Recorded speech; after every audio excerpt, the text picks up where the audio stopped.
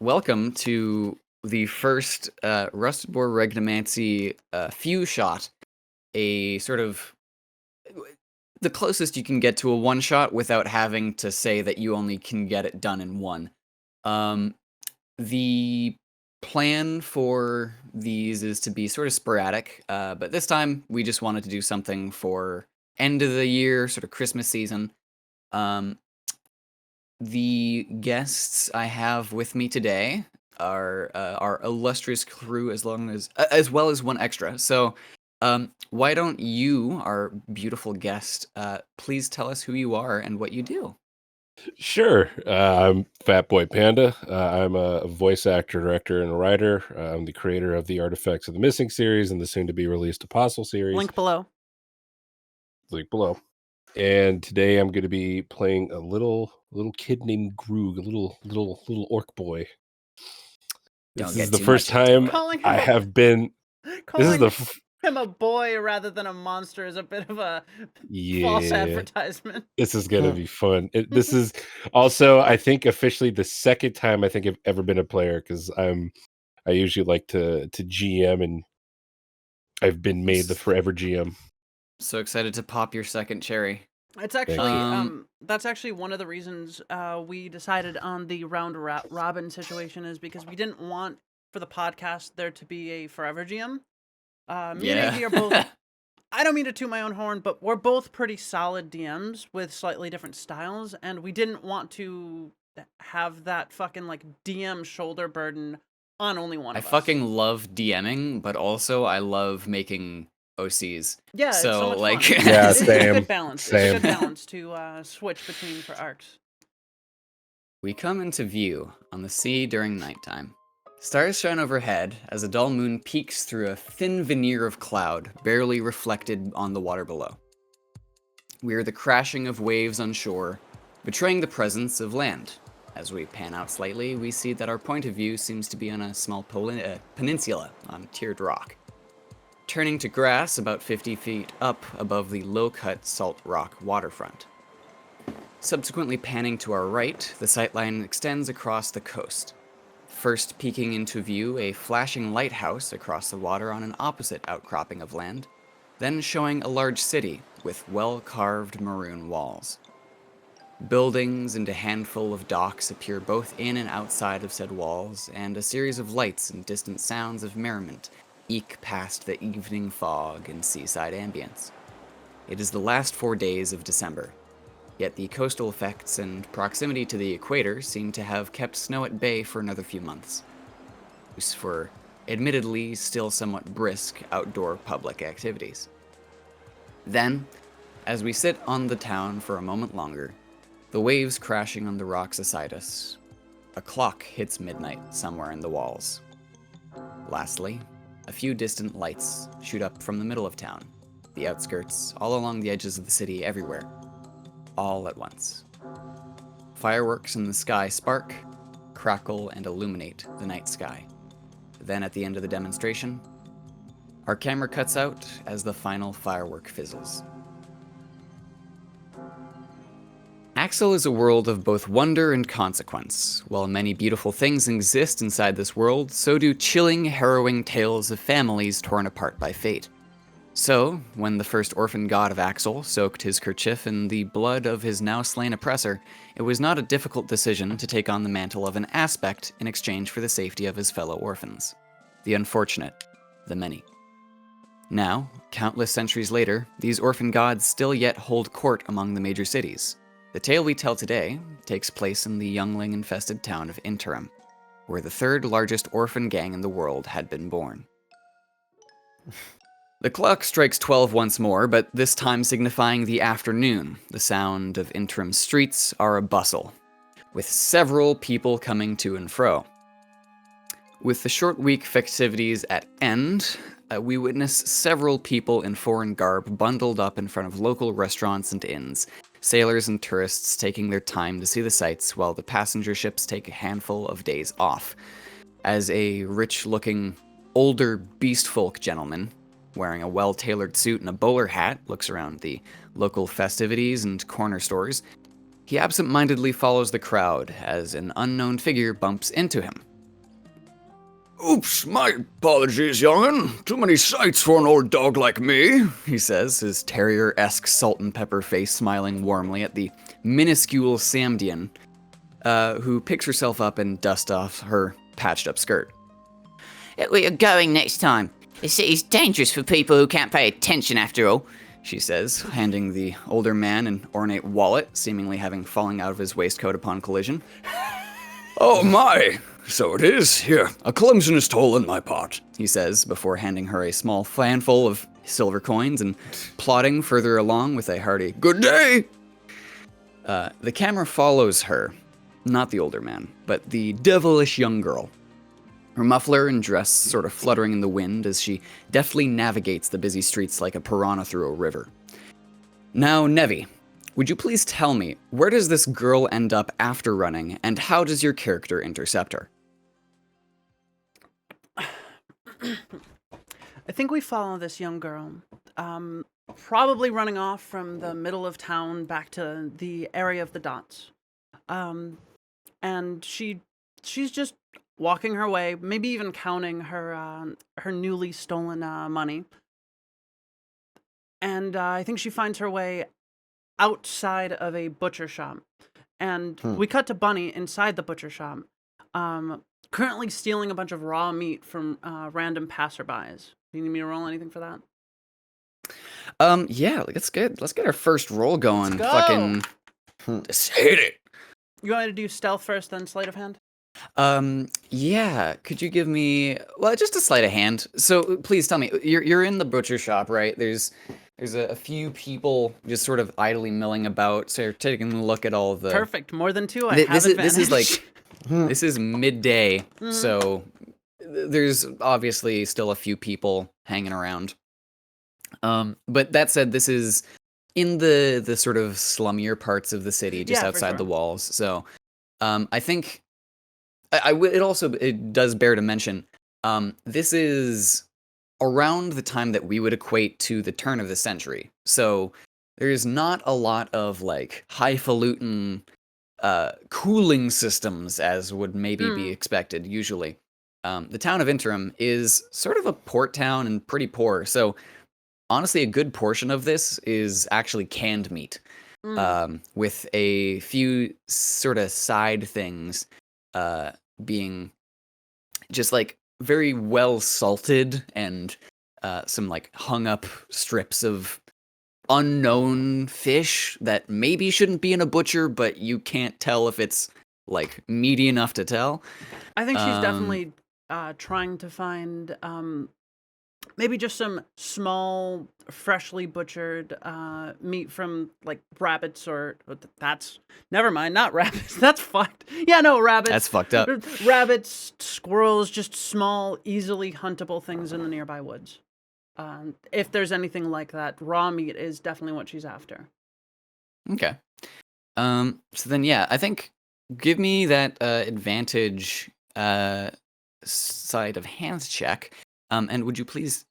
for context for both the players and the viewers, Bunny here has advantage when doing stealth or sleight of hand in a crowd of 2 or more people in the open, besides herself. Orphan ability. Orphan abilities, they're great. Thank God for advantage. 14. 14, okay. I rolled an 8. The butcher, I think, is pretty preoccupied with someone at the counter. This like older sort of orcish guy, just like absent-mindedly tolling away at trying to figure out which coins are proper for the transaction. As you see that he's preoccupied, you just very deftly. Actually, would you please describe to me how you steal meat? I think we cut to her at the same butcher shop inside, just kind of like deftly running between almost completely unnoticed people's like legs. We just see like a red dotted blur with white streaks, and she sees her target. Just a couple of freshly butchered squirrels. It's not a lot of meat, but it's something. Here in the slums, it's a delicacy. She takes a quick glance around, sees the butcher is completely preoccupied. Just a quick flash of a white paw, like a white furred hand, scoops them up, dashes out. and as the sort of broken bell on the door dings, as someone enters, you just slip past them out onto the street, and as you do so, you almost collide into the young tiefling girl. How do you? What's your demeanor as you The go first thing- and see her? The first thing I want to know is what kind of clothing is she wearing? She is wearing a very ratty red muffler and a spotted patchy dress. Do I covered know in this girl? dots? You would. To be honest with you, I'm more wanting you to tell me what is your relationship to her with no prior context. Mostly neutral. We probably work together occasionally. I don't think there's anything too deep going on there. I think we probably work on, like, we work separate areas of the slums and the city. All right. And so it's just like any other way that she would treat any other orphan. In that case, yeah, you see her running. You almost collide, and she dodges you as you dodge her. And she says, Oh, what are you doing here? It's way too close. Bunny holds up the 3 sticks of well, not sticks, but the 3 fresh carcasses of squirrels. I wanted some meat. You want some? I guess I don't need these then. and she pockets a few gold coins alongside her silver. You would know this young woman to be Desdemona, or Desme. She's sort of redheaded, blue-skinned, Samdian. She's basically just a pickpocket. She's pretty new to the city herself. That said, she has been proving to be more than proficient in just stealing a lot and doing it most of the time. As you see her, she says, Oh, so, can we go to an alleyway or something? I got something to tell you. And I think as she's leading her to whatever alleyway she wants, we just see we see this little rabbit with sharp teeth just biting with like just savoring every minute of bloody meat of this squirrel. Just fucking nasty raw meat. Desme is actively trying to avoid eye contact. As they coalesce, we get a little closer to like just one of the side paths down here. We cut into that little alleyway, and I think we actually see Desme pull out a little coin satchel from a different pocket than the one that she threw the coins into, and she tosses it your way. Before saying, I owed you because you helped me with that one thing yesterday. Could I ask, where have you been all of you? Just the last few days. I feel like it's been forever. I've just made fucking teeth. I've just been making the usual around the city. The fucking teeth. I'm gonna pull them out. Mine are already falling out. It's not a requirement for me to pull, really. I just been the usual. I've been doing the usual. All right. Well, You see her just frustrated trying to talk over these sharp teeth, and she keeps fucking biting her tongue. that's sad. Okay, as you sort of try and get more acquainted with your teeth properly, I think Desme just sort of shrugs, then just goes, all right. Well, in that case, I suppose that's it. I think there was something that I was supposed to find you today, and I'm glad I found you. Oh, right. Earlier today, I think someone said they came by the workshop, the floor. They told us that you were called out by I think it was Kingsley, chapter head of the checks. an absolute look of like puzzlement fucking graces her face. What? I don't know. Why? I'm just doing the things that they tell me to, which is steal. But like, as it stands, I get the impression that you've been making a. I don't know what your usuals, what your the rounds consist of, but apparently it's been making some sort of fuss because they want you up at the main. They want you at the attic today. Her already large eyes widen to a ridiculous degree, and I think we just see like a flash of recognition. Oh, Thiv. Oh, okay. Oh, Thit. Okay.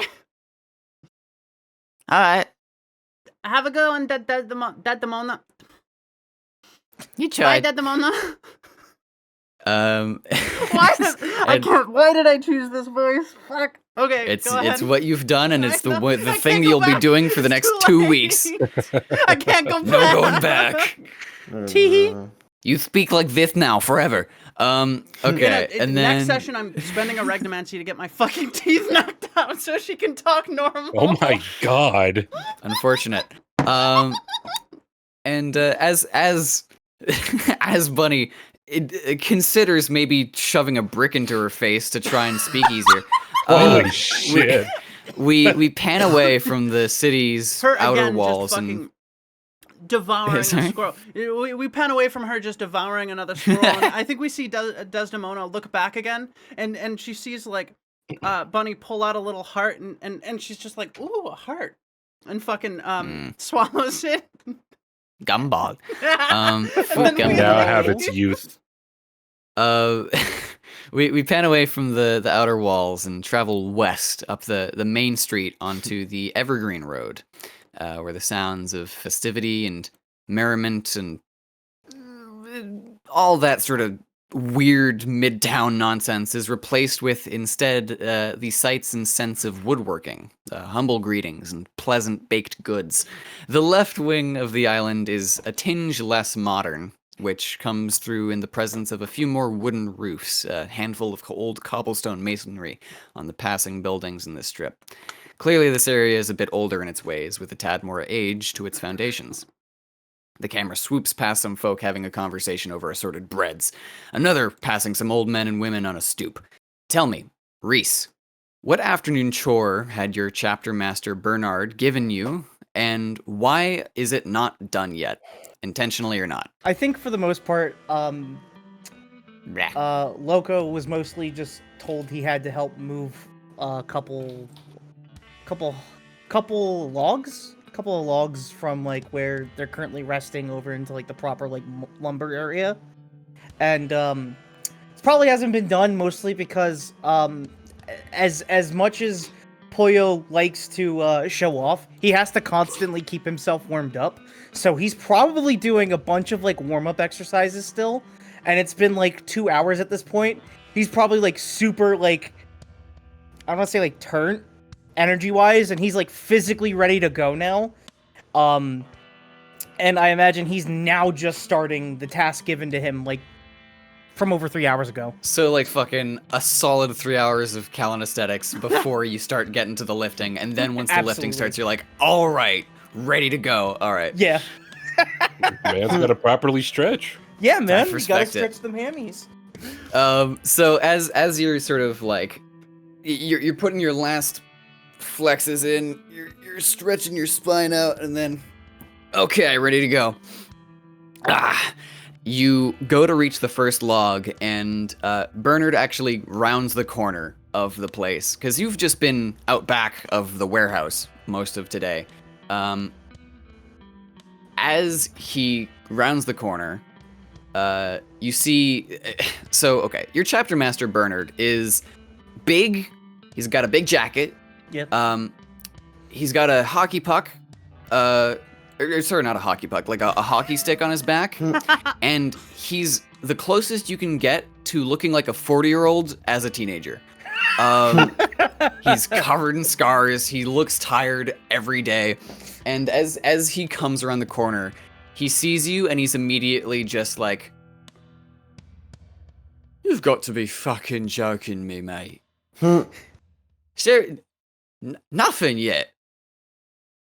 Don't worry about it, boss. I promise you it'll be taken care of. Are you sure? Because you said the same thing genuinely 3 hours ago. Well, boss, and it's still not done. Boss, you have to stretch before you begin your work. It's the most important thing, and if you don't do it properly, you're gonna hurt yourself. Okay, no. Oh God. He puts his head in his hands and goes, with all of the stuff going on with the Hatters still in the city and shit, you'd think you're so much better than this. And it's wood. You're so much better at kicking people than lifting wood. And I wish I had something more for you right now, and I don't, and I'm sorry. But this doesn't meet my standards, brother. This doesn't do it. He just sort of stares into the middle distance for a second. Well, if you give me about like 10 minutes, I promise you I can probably get this done. That's 10 minutes after the 3 hours I had for you to do it. So, you know what? No, it's fine. I'll take care of it. Listen, okay, let's recircle. He sort of puts his arm over your shoulder. Okay, so, you've been here for a little while, right? And I'm sure you're aware, you're one of my boys, right? Absolutely. All my boys, I love my boys. You're one of them. You're one of my boys. I need you to help another boy. A very troubled young boy. Because you and I both know he might not make it in the world if we let him go. You remember that youngin', Groog? Out of character in like recent memory, have I actually run into Groog at all?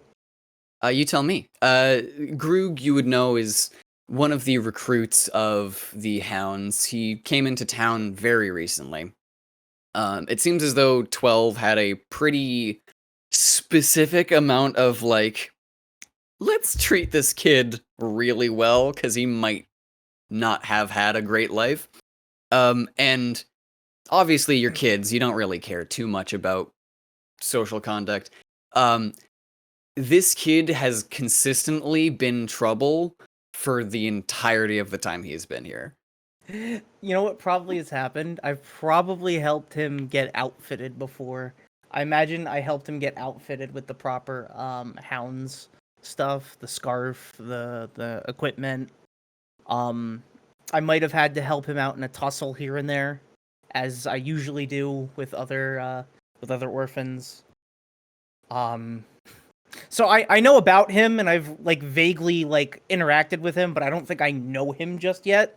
Either because I've been too busy, or just I haven't seen him around just enough yet. So yeah, I think I just kind of sit there, I nod for a moment, I'm like, wait, you want me to help that kid? He's relatively new.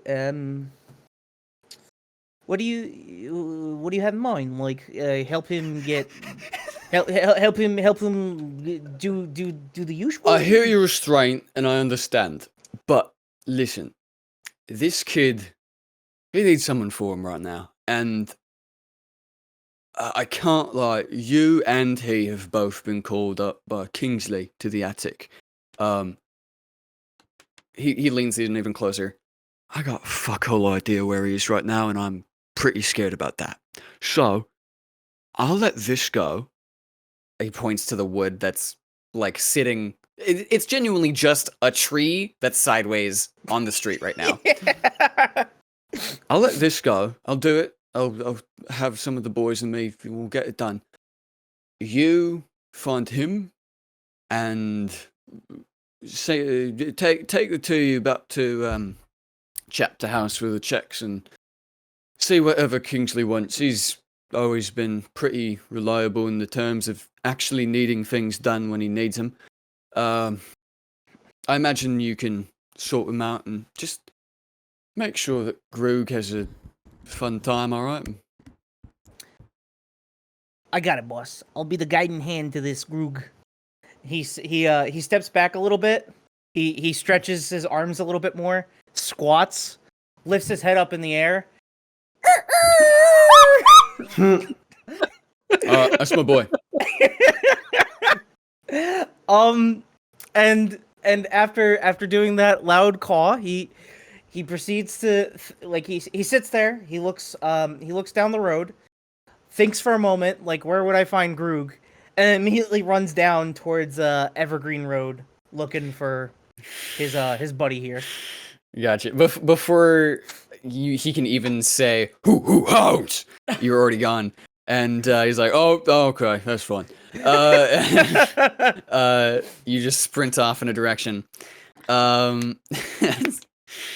So as you just flat foot on the pavement, the middle of the ground, like, so the streets, are you on like the actual street itself? Because there's like carriages and horses, there's not cars. I'm probably on like the side roads. I'm not trying to like cut into traffic, you know. That's not really my thing. Your little sort of talon feet are just clack clack clack clack clack against the cobblestone, just flying down the way with your extravagant sort of wrestler costume flying in the wind. And cutting away again through a few locations, the sights of even more people in the Evergreen District than of the work being done in backlots along the west side. Even displaying a bit of the seaside, it feels almost as if our camera is trying to find someone. Or something. Panda, what calm, pleasant, or lively place in the town of Interim would you say we find ourselves drawn to? And how is your character ruining it for everyone else? God, what would he be doing? I feel like he would probably be like, would there be any farms around? There's a lot of lumber. I think for the most part, the farming areas would actually be up north this way. Specifically, here, let me, like, around this area, where it's closer to the forests, but not too far away from the city. But it is like a place with like a bunch of like animals. There are a few animal pens around this area. This is like the on city, sort of far away enough from the seaside to not have the salt intrude on the animal senses. Yeah. I would say Groog is literally just standing there, like he's got like he's eating jerky from his bag, right? And he's legit just like, "One for me," and he just hands it to like a horse that's like right in front of him and has to take the same bite and another like third of it. He's like, "And the rest for me." He's just sitting there, just eating the same meat with this horse, and then he goes to like something, Panda. Yeah. Is that a horse jerky? No, it's Okay. beef. But he does. The next thing he does is go to a cow and does the same thing. Poyo, could you please roll me a survival check to see if you can get towards a Groog in any reasonable fashion before something bad happens? 14. I'm so sorry. You'll be over there in a moment, but it'll be a bit. So Groog, there's this. It's like such a peaceful glen. It's the end of the year, so obviously a lot of the actual like greenery is gone, and it's just sort of like blowing treeless or leafless trees to the far north. But like in this little gladed area, the grass is still pretty fucking nice. And all of the like livestock that are in these pens alongside are just absently crowding around the edge of the farmstead. And as you enjoy your little meated treat with the animals, I think you hear over to the actual farmhouse itself, just right here. I think you see one of the farm hands coming back out of the door, and he sees you and goes, "Margaret, the fat kid's back."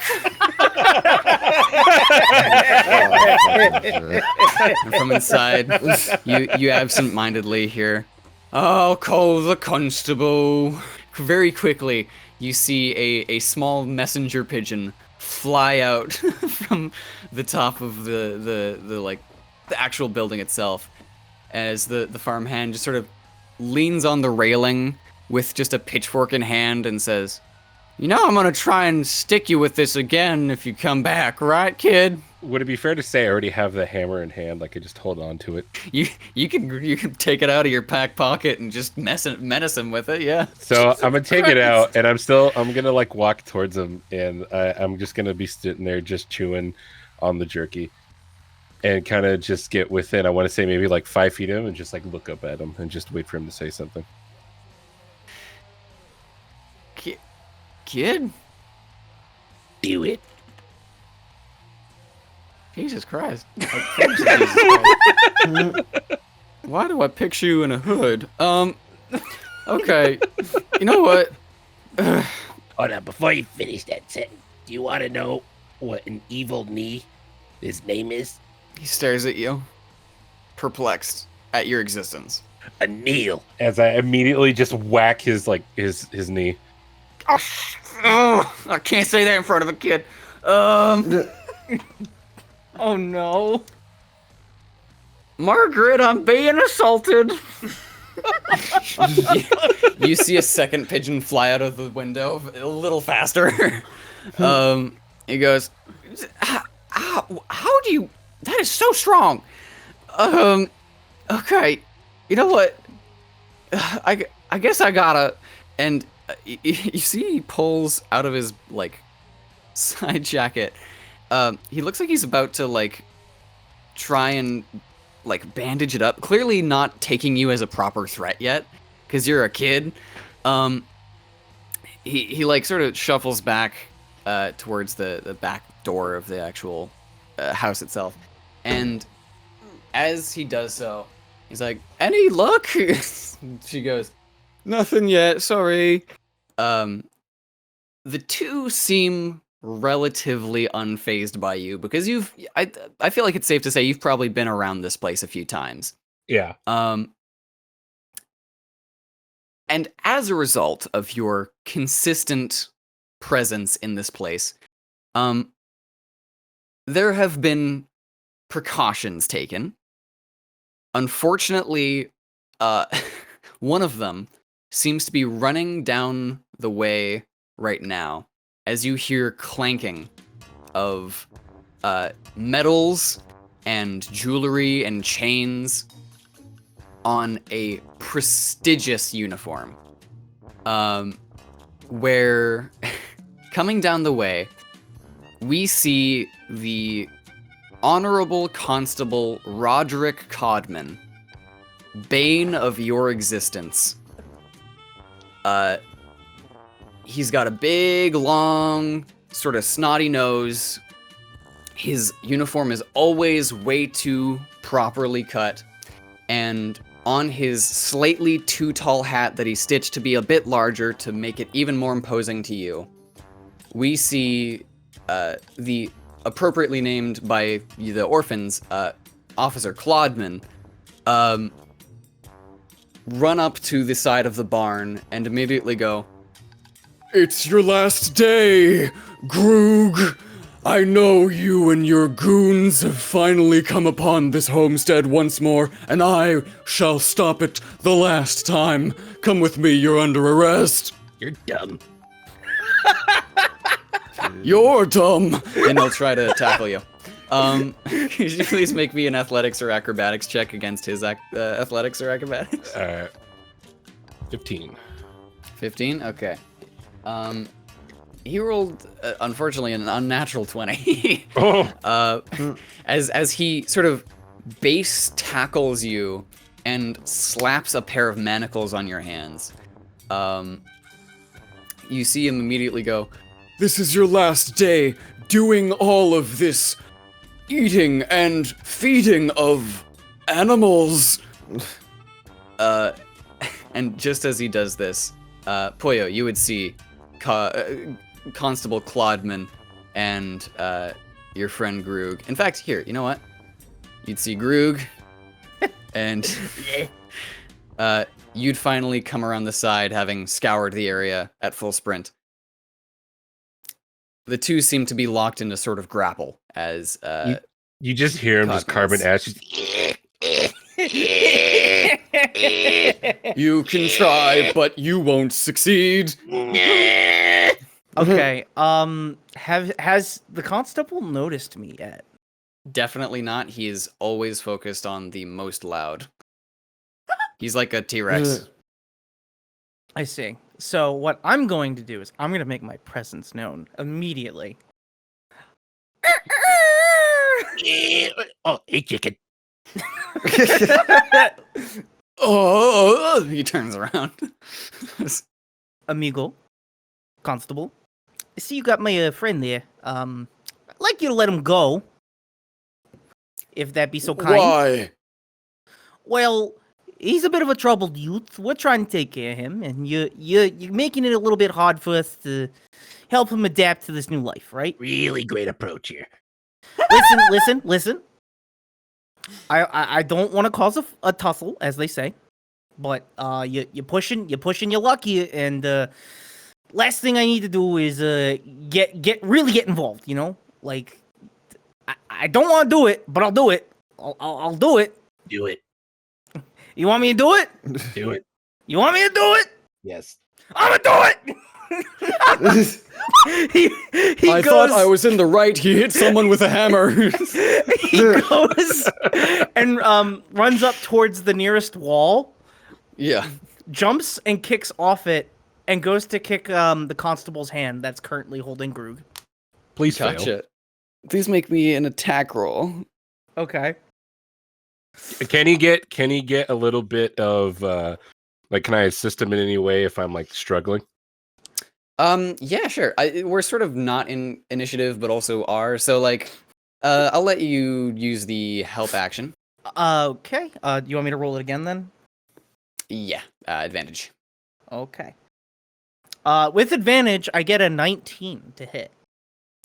A 19 absolutely hits. So as you sort of kick flip off the side of the barn, you just shin directly into the hands of Codman, who goes, "Oh, my hands and fingies!" And he stumbles back, clearly dazed. Groog, you realize that he didn't get the chance to actually lock the manacles in. He'd just been holding them closed because he didn't have the lockout on it yet. Okay. So you can easily shake them off, and you're free again. You're still prone, but I just I turn to Groog and I'm like, run. I take off in the other direction. I want to bite him. No. Do you go back after you hear him say, "I'm gonna bite him"? I probably hear him say, "I want to bite him," and I turn around and I grab him.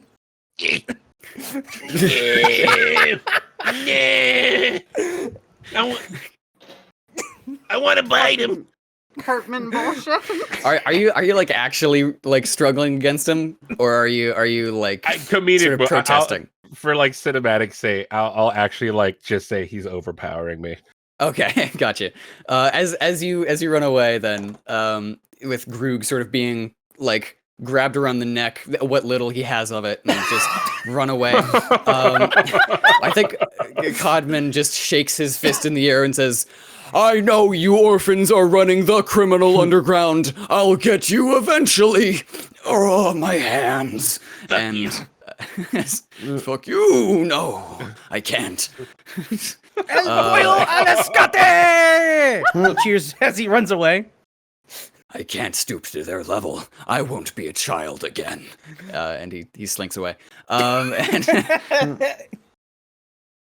we cut away once more to the mutual destination of our heroes, with the camera weaving through heads and hats, some constabulary, some just regular Joe, as the short streetways become longer, more affluent. There's less people on the roads, but more wealth in their pockets, and we eventually hit a corner, a wall. And then we turn left, and then we turn left again, and then once more to the most tucked away alleyway in the city. a tall, thinly portioned building wedged between two others like a doorstop, with signs on the front door, 2 of them. The first reads, Heart's Desire Haberdashery is closed for the day. Come back tomorrow. While the second, slightly less hopeful sign says, this storefront has been seized by the Constabulary of Interim. No entry. Quickly cutting into a thin hallway somewhere inside the haberdashery, we see not a foreclosed building, but instead some sort of strange hidden passageway past a thin veneer of a storefront, with several wooden doors set into white plaster walls, some of these having jagged etched labels on their surface, clearly cut in by a knife or some pen by a bored teen, reading things like cafeteria, storeroom, meeting room. Siege, would you please tell me, where in the orphan hideout, known as the attic, do we find your character, and what is he doing to pass the time after sorting today's morning letters? He'd be kind of sitting in his bed, tinkering with like a new little gizmo that he's working on, called the Ball Scrungler 9000. I keep bringing this up. So in that case, I think we will cut to the first map. So, Reinadon, as you're inside the pillow fort bunks of the attic, other kids in the attic have taken a passive understanding of your craft, in the sense that you're new, you're probably one of the newest kids in town, and you've already made a very quick impression as being one of the smartest, which is honestly really impressive for kids. Usually the only smart kids are ones who are captains, and the fact that you came in and are already making weird little gizmos is very entertaining to many people. So as you are in your little bunk, I think a few little just kerchiefed, hatted orphans are like sort of peeking over and seeing what you're doing, just adding. What's the form of this weird little gadget you have? Okay, like a simple little, a little gizmo, a little guy, just a little fella, and like it's just meant to like it has like an attachment on like the top of it, so like it has a lot of legs. It looks like a spider, like a square spider, and he's tinkering with it, and like mainly the whole point of it is just to pick up things and like bring it to me. All right, sick. Yeah, you have like a your own little butter robot. What is awesome my Rick and Morty purpose? reference. Sick. Yeah. Thanks. So, See, did you draw a little face on it? He makes it with a face, but he didn't realize he did. The ocular fucking whatevers. It looks like he has 2, so that way it'll like give it enough vision. And then it has a kind of speech unit on the bottom, like a little amp, but it's like a side, but it's like curved. So it is a smile, but like with a little amp as a smile, and the 2 eyes are the fucking cameras. I love it. so as you're sort of tinkering with your thing, I think you hear like quiet footsteps sort of eke out from the upper corridor, and you see this very grandma-looking kid. So Unpack that. okay, this is a young-looking boy with the definition of a pre-computer era like iPad kid. The secondary definition being grandma kid. He's wearing this lived-in and oversized quilt sweater and sporting an unreasonably long braid of odd green hair. He's clearly like a race that's supposed to be big, and he has somehow managed to squish and hunch and sad himself down into like genuinely around 4 foot nothing. He's got a bunch of little paper notations, like sticky notes almost, stuck to his old outfit. And clearly, as you look him up and down, he has not noticed. He sort of looks at you very quickly, having, you think, searched for you, and says, "Oh, am I interrupting something?" Oi, sorry about that. I didn't even notice you there. Is that good? You think that's good? That works. I love yeah, that. No, I That's love it. great. man. Yeah. Yeah, I'm digging it. I hate it, but I love it. Yeah, I mean it's British, so.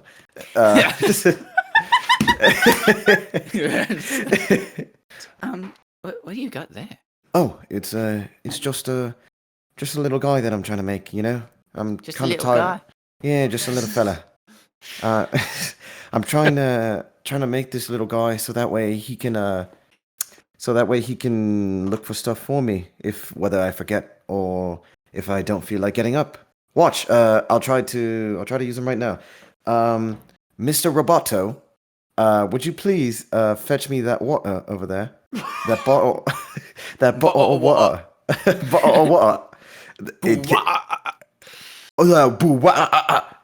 It can't understand it. So yeah, I think there's a little like canteen of water right here that this kid just absentmindedly forgot about, and setting it down. Could you please make me a let me see. What? I don't think you have to make a check to do your gadgeteering, do you?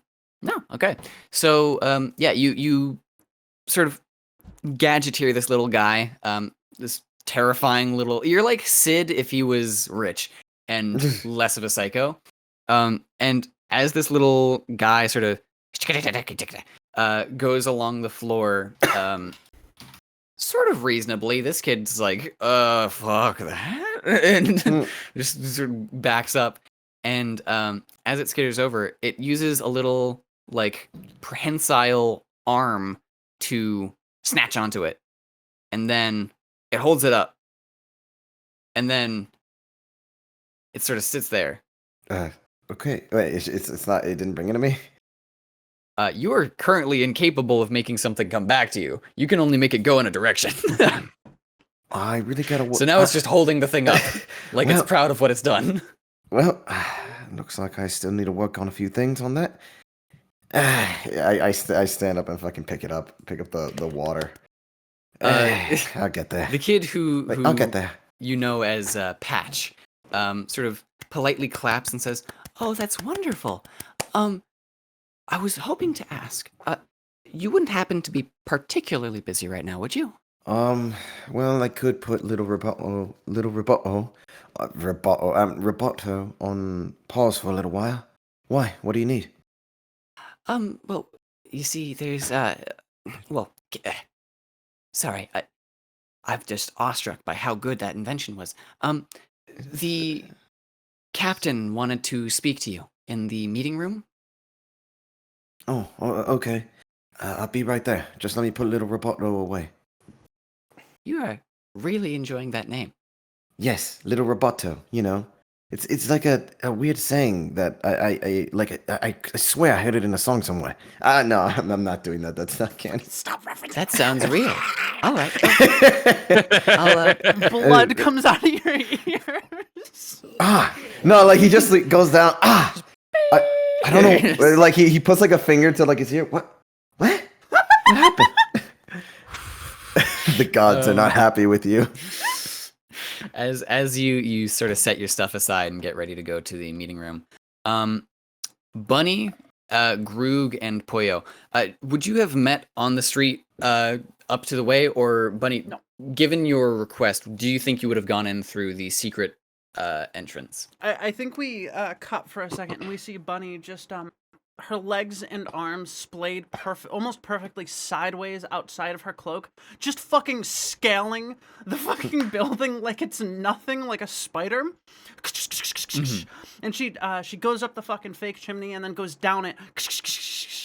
And then she goes all the way to the attic on the walls and ceilings. Like a little And she freak. lands in a strange little fake attic through a trapdoor in the top. Just as I believe Groog and Poyo would come out of the strange little cargo elevator. She's just chilling on the ceiling right now. I feel 1 second. I feel like Crazy Chicken would pretty much just get tired of just hog tying Groog, and now Groog just has him over his shoulder, just carrying him back. Yeah.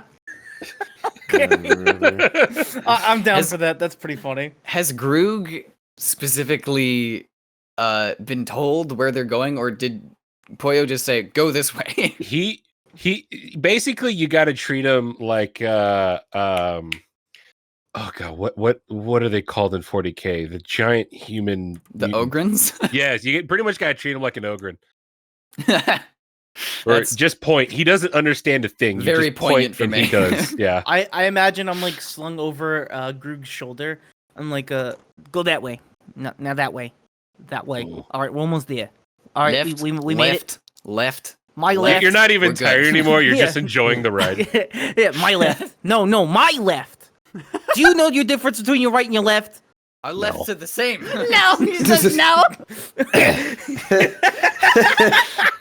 Buddy, you see coming up of the sort of, it's like a giant, like boy-sized crate that has been hollowed out and made into a elevator between another one.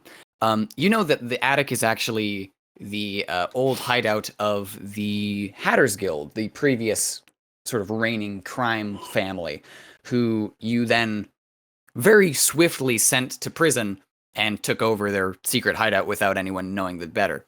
As a result, a lot of this stuff is built for supreme secrecy, and this little attic is actually just like what the place is named after, but it's very much a decoy. And as you come out of the trapdoor in the chimney and look down and see these two, you are reminded by how much clownery goes around with the boys. So yeah, what do you three do? I'm just heading back pretty much to the living quarters. I just want to sit and eat. Okay. So you know that these are both secret doors. I imagine at this point I'm probably on my own 2 feet. Okay. To get down. You two can move as well, right? I think Yeah, I Bun- can I think Bunny's just staring at them. Just staring. Just big red eyes watching. Poyo looks over at Bunny, noticing that she's staring at him. He looks up and he just goes, "Hola, amigo." She just nods. I take it you're a little bit shy, huh? That's another question. Has Bunny worked with Poyo or Groog before? Let me ask the other 2 players. What do you guys think? I wouldn't honestly have. Well, Groog probably wouldn't have cared. He probably has seen you. He just doesn't Just pay forgot. attention. He just doesn't pay attention. What about I Poyo? mean, Poyo's more or less like the top hired muscle they got.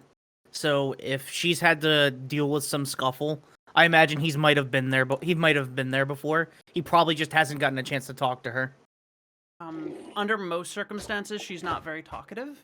Yeah. I'm saving myself, except for specific people. And I think she just skitters down from the ceiling, and like across this pole here. You just see her like arms and legs bending at angles that they shouldn't bend, and she just holds out a raw squirrel. He just kind of looks at this puzzled, takes it in his hand. Groog kind of notices this and Okay. just goes, Okay. He wants to show her that he means well. So he takes the squirrel and he does in fact take a bite out of it. Hey, Constitution saving throw to not get fucking salmonella or some shit. worms, rabies. It's treated, but it is raw. I will add to this, a lot of animals that are considered like vegetarians or like, oh no, not vegetarians, herbivores and carnivores, they're not always exclusive of that. Sometimes they'll actually, like, herbivores will eat a little bit of meat. It's depends on the circumstances, frankly. I got a 13.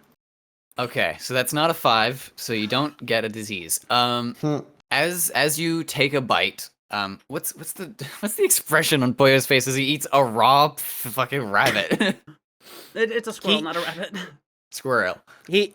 So he wants to keep a super cool, calm, collected face because right now he's in front of his peers. He wants to seem like he's a immovable object, you know, absolute immovable object. But I'm gonna tell you right now, I don't think he's able to keep the fucking face. So it's just him just being like, Yeah, this is great. And it's just like you could tell he's like Chicken.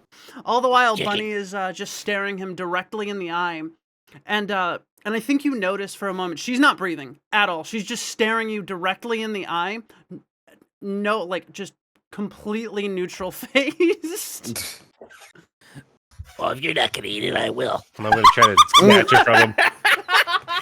Give me another Constitution check. We're going around the, did you we're get going this around the yourself? horn, seeing who gets it.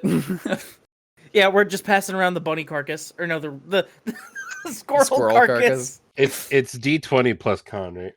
Yeah. Fuck. Okay. 7. What part do you bite off? Oh, he's just eating it like a fat man eats wiener schnitzel, man. He's just Just the whole ass head and chest. Just crunch, he crunch, is crunch. just devouring a corn dog right now to Jesus him right Christ. now. Yummy corn dog. Okay, so you take a giant bite out of it, and you feel like this was probably poisoned in some manner by the fact that you just ate its entire body, but your orcish constitution and the fact that you're so used to just eating mulch for fun means that it does not affect you. Oh, Oh man, This what should have the been hell? poison, but you're too young and too fucking built to care. And you will walk it off. You hear like a crunch, and you see him like pull out a pellet. Yeah, that's disgusting. Like he's an owl and he chewed the bones to a fucking No, like a bullet. Jesus Christ. Okay, well, the door opens by God because it wants you to leave. It's like I eating my toenails. You just gotta spit it out after you've been chewing on it for 5 minutes. jeez. Can I quit? Can I not run this anymore? You Can you take asked over? for this. You asked for little weirdo children. That's what you get. Yeah. I'll Okay. be honest, I'm a bit surprised you were able to just spit that right out. Well, doors open. Y'all ready for this? You see her skitter back up onto the ceiling and follow you guys. The orphan who opened it is like staring at you like, get inside. And goes back into the common room. Reinadon, I think you and Patch would actually have come out this door just as they come through. And you would see the other 4. As you come out, you just see this little rabbit on the ceiling staring at you, and then she just skitters away. Hey, Groog, don't go too far. You can move whenever you'd like, Reinadon. Where are we going? You would know that the meeting room is here. It's right here. This door says shop, and this door says library. So I'm on my way to there too, right? Yeah, you Yeah. can just move. Move your character. Dun, dun, dun, dun, dun, dun, dun, dun, dun. Thank you for at closing the door, Groog. That's very plain. How high is the ceiling, Avi? Oh, I accidentally closed it on his face. Oh, hello. Reinadon and Patch sheepishly open the door again. At the ceiling's like about 5 or 10 feet above the table. This series of chairs and stuff is actually on a pile of other like various logs. It's like maybe 3 or 5 feet up above like the neutral ground of here. And then above that, there is this giant sort of broad table where you see Patch actually sort of scrambles up to this chair as well. And on the left, you see a merfolk. He's wearing a sort of detective-looking coat with a lot of buckles. He's got this pair of sort of sharp red glasses in a circular pattern. And he's got these spiny fins coming out of where his ears would be if he was a person. If he was a person! His shock of bright sort of cyan hair shoots up like a crown almost, and you'd know this to be the spy captain Kingsley, who, upon seeing you open the door and enter, would say, "Oh, hello there. It's been a while. I believe that was Reinadon, Blood Bunny. Is that your name?" She cocks her head just like a little bit too far to the side, and then nods. Oh, that's neat. And then, oh, I'm gonna butcher this. Pollo, Loco, and Hrapos, and Grieg. Is that right? Greg. Parents used to call me that. Just call me Pollo Loco. No, it's Grook. Groog. Gotcha. And Pollo. Is it alright if I just stick to Pollo? Yeah, I don't mind too much. Alright. Bunny and Rain. Rain works, yeah. So, Yeah, that's thank you for fine by showing me. up. I'll get straight to the chase. 12 is missing. What? Yeah, What? our orphan god, 12. She's not shown up. In reaction, Bunny just straight up fucking falls from the ceiling onto the fucking Breaks table. her back on the corner of the table and then researches herself. It makes like a resounding crack, and she just gets up, eyes wide. Yeah, no, it's not great. So Hey, okay, is this allow me like- to. Do they? So I mean, oh, sorry. Sorry, don't mean to interrupt, but is this not a very common thing? Do they? How long have they been gone? well, see, I'm sure you're all aware, right? 12, our orphan god, is pretty cool. She hangs out a bit, but her clause is to not have to stay around too much, and that's why the captains are around, right? As it stands, she always shows up during short week, a day before almost always. And if I'm being honest, we haven't seen her show up since yesterday, when she was always supposed to show up.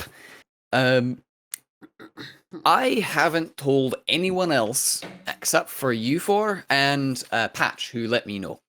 Patch, could you fill them in on a few more of the details?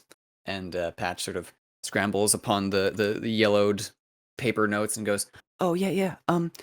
So we got notice that a ship had come in around the Salt Lick Point was said to have seen her ship, but when she stopped talking to them and went towards the city, she disappeared. It's not necessarily that she's completely missing, but we haven't seen her since she made contact with the shoreline. And honestly, I'm a little concerned because she's the only real. She's not an adult, but she's pretty good at. She brings gifts, and I want a gift. That's so sad. Kingsley sort of nods absentmindedly, like, "Yeah, gifts are cool." But more leadership. Leadership's pretty important too. I'm calling you four because from the time that you've been here, I want a trusted you. gift too. Right? I think most people want gifts. And assuming that we find her, she'll be able to throw us as many gifts as she got on her travels. But until she's missing and found again, we won't get anything. So, since the four of you have shown yourselves to be particularly proficient with the act of not freaking out, given the fact that, hey, she broke her back and she's fine. She just smiles sweetly, ever so sweetly at him. Ever so sweetly at you. Yeah. Her eyes just wide and unblinking. He sort of shrugs and says, "Figured you'd be the best people for the job, to have some people who are less efficient, not less efficient, less official, and are able to act separate from their chapters without having to worry about all of that, code nonsense. What I'm doing is I'm taking a humongous leap of faith and trusting you four to take it into your own hands and find our orphan god." So Nice burp. That was Krug. That was Krug. Do do we have any idea where to even begin looking? I guess the docks? To be honest with you, the majority of what is required of my job is to actually facilitate communication between the 5 chapters, but given the sensitive information required for it, I wanted to avoid speaking about the chapter master being missing so that a lot of our ongoing operations don't get compromised by people panicking. As it stands right now, like I said, you're the only ones who know, but if you could ask a few more of the chapter heads, that might No be... way. What? What? I didn't hear what you said. No, what? Oh, you're the only ones who know that she's missing. Who's busy? 12.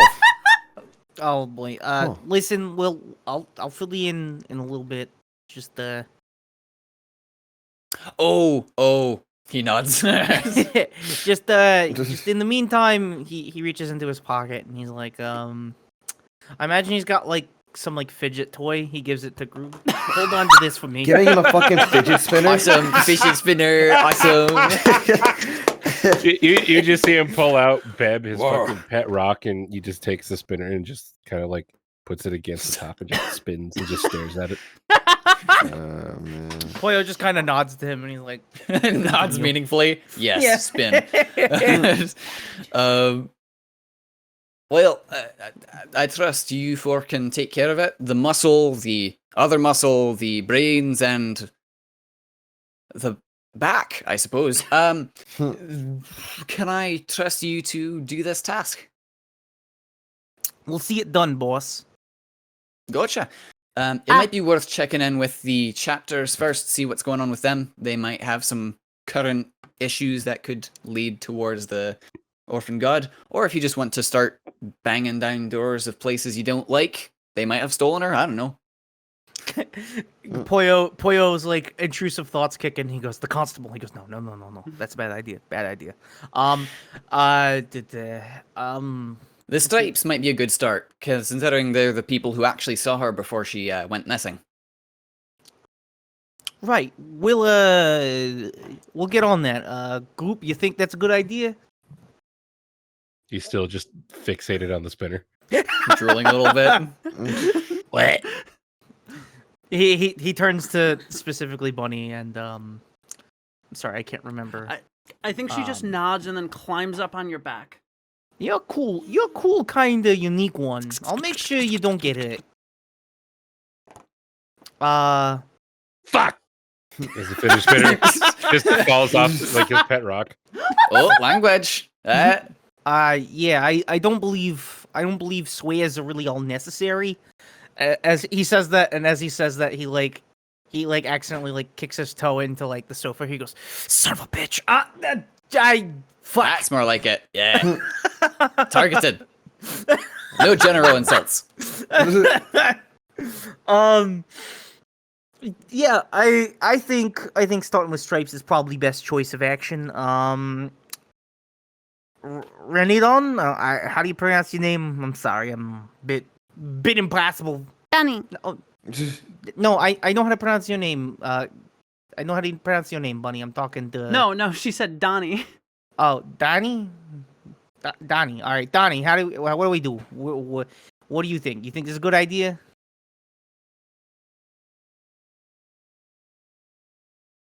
Hello, I am trying to find the stripes. We're going to probably talk to the stripes. You think that's a good idea? I think it's a good idea. Oh, sorry. I'm not used to being called Donnie. Can you? Yeah, that sounds like a proper idea. I mean, we just call you small boy. Hey, go easy on him. Go easy on him. He probably hasn't had friends before. I mean, you're not technically wrong. I was always. Nah, it's okay, buddy. I'll be your friend. I'll make sure nobody kicks. He's right. It's okay. The way you said that, it's like, I never really had many friends except for the place I used to live at. You hear a snap as the fidget spinner breaks. It's in his mouth. I'm not even gonna lie to you. I didn't think that was possible, but he pulled it off somehow. Grug, I think. Awesome that this world doesn't have telegrams, but it does have fidget spinners. Super cool. It was weak. I am strong. Well, don't worry about it, Donnie. 2x4. We'll take care of you. 2x4? Yeah, Right. like you look like a smart kid. You probably put together some crap. 2x4. Like he looks over to the wood like that. The 2x4s. Okay. I didn't put that together. Sorry. Lifts plank of wood. This is you like you. It's stiff. It's a little stiff, but you're probably a little bit softer when I break you. Hold on. He grabs. He goes over to the wood. And he like knees. Brother, we are kids. All right. Okay, maybe stop destroying the things in my meeting room, huh? Right. Sorry. Checks. We're going to go checks, right? Checks. We are at the checks. Speaking of It's destroy, the what are stripes. we- Stripes. Right. Stripes. Thank you. speaking of destroy, what are we destroying? Hopefully, whoever kidnapped the boss, the actual boss. That, as well as I know that everyone's got some stuff going on. I think we're still looking for the last remainder of those hatters. They've been annoying to catch. Wait, they're still around? My current, well, they have like a few outlying campments, but we've pretty much stopped them. The problem is that there's like 10 or 12 of them that we haven't seen out going on ships, and they just went missing. I think as he mentions hatters, you just hear Bloodbending go, "They don't taste good." Yeah, I feel that. You kind of Well- you see Groog just kind of move over next to Donnie and just Hey, small one. Oh yeah. What do you need? Can you count to 5? Yeah, I can count to a lot of numbers. Q. Yo, this kid's fucking sick. Smartest among us, he can count to 5 and even beyond. You know, Also, if you want some travel provisions, I never had an easy time saying that word. I believe that there was a update. Update? Speaking's hard. What's update? Speak to so much restraint is kept in being a captain. Speak to Penny and Pincher if you want to get some extra stuff on the way out. I don't know how long the trip will be. Probably like a few hours, but some snacks would be nice. Like what? So like some snacks, like a dried fruit, or I think there's a. The edible kind. I don't think we have marijuana, but Beef? you could check with them. What? I've got my big bag of jerky here, so I think I'm good. well, Groog, on the bright side, we find those buffoons. We can beat the snot out of them, so that's gonna be fun. Yes, it will. Hold them down for me. All right, this is gonna be fun. Yeah. We got Donnie, Blood Bunny, and Groog. We're gonna kick some goddamn ass. But first, let's go get some juice boxes. That's funny. Let's go get some juice boxes. I want my Capri Sun before I have my blood in the morning. Kingsley stands onto can the go for some couch, apple juice. sort of leaning on the thing. You can go ahead and follow them around. Hey, okay, hold on. He sort of stands on the table, walks over. You keep an eye on them. They're very scary, and some of the most dangerous people we have in the gang. You're Blood new, Bunny's but just you're also staring very at you. smart. Do I hear this? Does Groog hear this? He's saying in the quieter tone. Okay. Just make sure they don't get into trouble, all right? Oh, okay. I mean, I'll do my best. I don't really think there's a lot I can do to stop them, considering how they're kind of bigger and stronger than me. But I'll try. Yeah, you can make him blow up. And he takes you by the scruff of the neck and throws you down. And yeah, the shop is down this way, or you can just head around back Yeah, let's to go. the Let's go to the entrance. shop. I really love the image of this big fucking buff chicken man with a tiny little fucking creepy bunny on his back just staring over his shoulder. Behind the desk, you would see two people. The first one is he's a Samdian. It's purple. He's got these big glasses. He's absolutely decked in just like pearls and jewels and gold. He's got these very fine, crisp golden robes, and he sort of looks at you with the most shit-eatingly smile in the world, while he's eating a plate of salmon with a giant lemon wedge. He goes, "Oh, hello.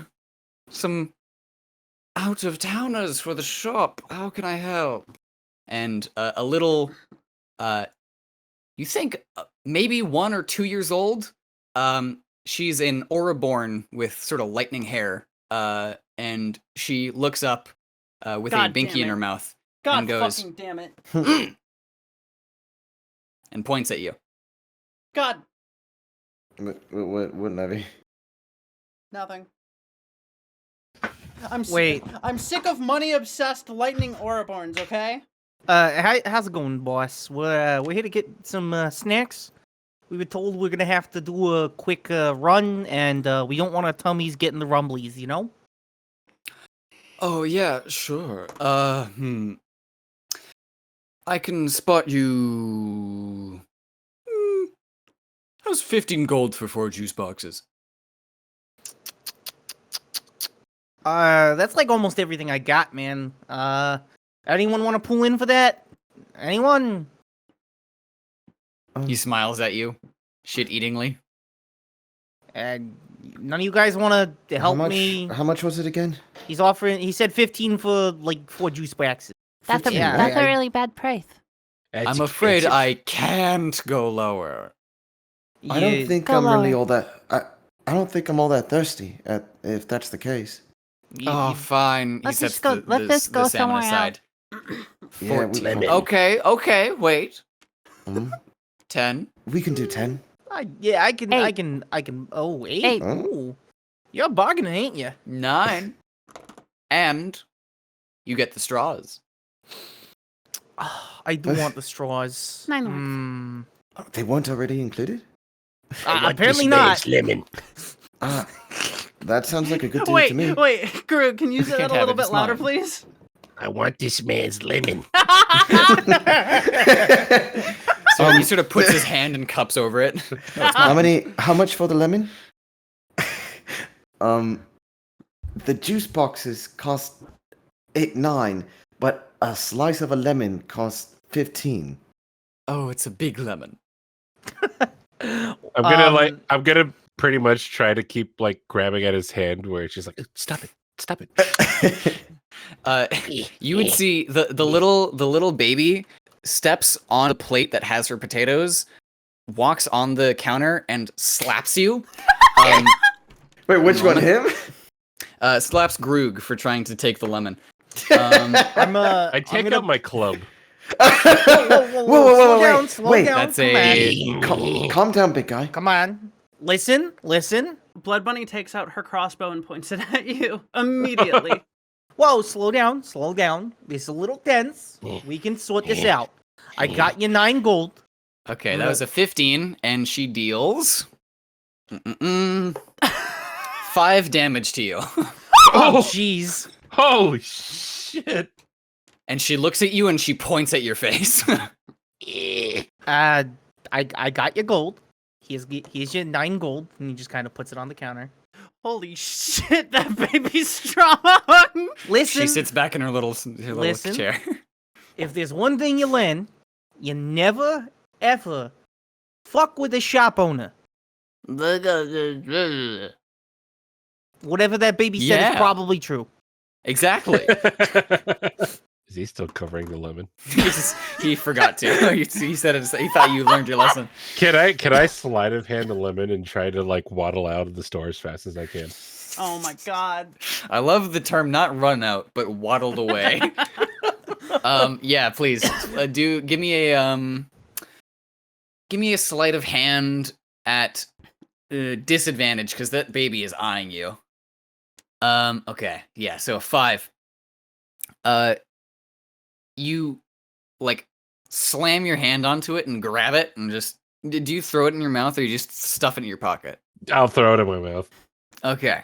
The little baby looks at you, Uh-oh. grabs one of the potatoes, Oh, keeps God. eyeing you, God. and just crushes it in her tiny little hand, and just points at you again. It's just immediately in mouth, and then you just go, as you just see me just try to like run away as fast as possible. Just scrambles away. All right. I think Pincher sort of stands up and goes, "All right, you know what? This is too much for me. You're making a ruckus in my store." And he will slide over to Pollo. 4 juice boxes, I'm which exist. I'm real sorry about that. Yeah, I'd like to apologize as well. This is the first time meeting him, like honestly, but I'm guessing this is something that he does often. You know what? Oh, whatever. I don't actually care. And he opens the chest and he gets another lemon wedge. Wait, he's got pre-cut lemon wedges in a fucking chest. What? Here, and he tosses you those 4 juice boxes with things, and he says, "Just toss how much ever money you want on that pile. Honestly, that was funny." I give him the 9 gold. And I gotta edit this. Juice boxes with straw. Awesome. And I can't even put the lemon in my inventory because I'm eating it. yummy. I hope it was, This was worth 5 HP Panda. But you know what? Good on you for playing your character. I tell you that he's probably better than that, but frankly, I really don't know him all that well. Apparently he's troubled. We're gonna turn him into a real orphan yet. Thank you for the exclusion. service. That's well, yeah. Yeah, he's either gonna learn how to be an orphan the proper way or die trying. You know how it is. Hopefully it's not the latter. It might be the latter. Suck for me if that happened, but yeah. Thank you guys for being so chill. No problem. Oh, hey, by the way, are you interested in any magic items on the way out? I'm sorry, what? Any magic items? What you got? Well, so recently I actually got this, and he pulls out a little golden ring. He says, "This is a ring that allows you to hypnotize someone into thinking they're a hero. It's called Benny's Ring of Hypnotic Heroism, and it's 250 gold pieces." I don't got that money. Yeah. I don't got that money. Besides, I'm already a the hero. moment You he said kidding? magic item, Blood Bunny hopped onto the counter and scrambled over. Then she heard 200 and she just fucking walked away. Yeah, we're orphans, and I don't know why you expect us to have that much money.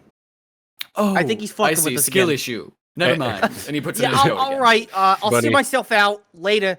Sir, I am 12. As you guys walk out, you just see Groog just Skill sitting issue. against the wall and legit just like eating this lemon slice, like rind and all. Oh wait, did we Well, pay for the juice boxes or? Yes, I paid for the juice boxes. You're fine. Okay, well, Listen, I should. you I should know, have paid for I it. hope that lemon was worth it because that kid beat your ass. Yeah. It's kind of funny if I'm being honest, but I have lemon. I win. you know what? I don't think it's about winning. I think it's about sending a message. You know, I think that's what it's really about. Poyo, as Yeah. Blood Bunny gets back on your shoulders, you just hear this like fucking disgusting noise of cracking. Do you look? Hold on, I gotta do Constitution. Why? Roll. Cause mentally, I don't know if you would want to look. Like a wisdom save. Yeah, like, do I dare Wisdom look? save. I got it below 14. He looks. You see her just completely unhinge her jaw, and inside you see like what would normally be like a rabbit's mouth, but all sharp teeth. She puts the entire juice box in her mouth, closes, and you just hear a gushing as it's pierced, and she just swallows the thing whole. Oh my god. Maybe, what do I roll for that? Oh god. Let's see. I don't think you have to roll for just destroying something in your mouth. Okay. That said, Roll me Constitution to, I guess, eat cardboard. Okay. fair enough. I wasn't expecting the food to be the main proponent of your 12. injuries. 12. Okay, yeah, that does it.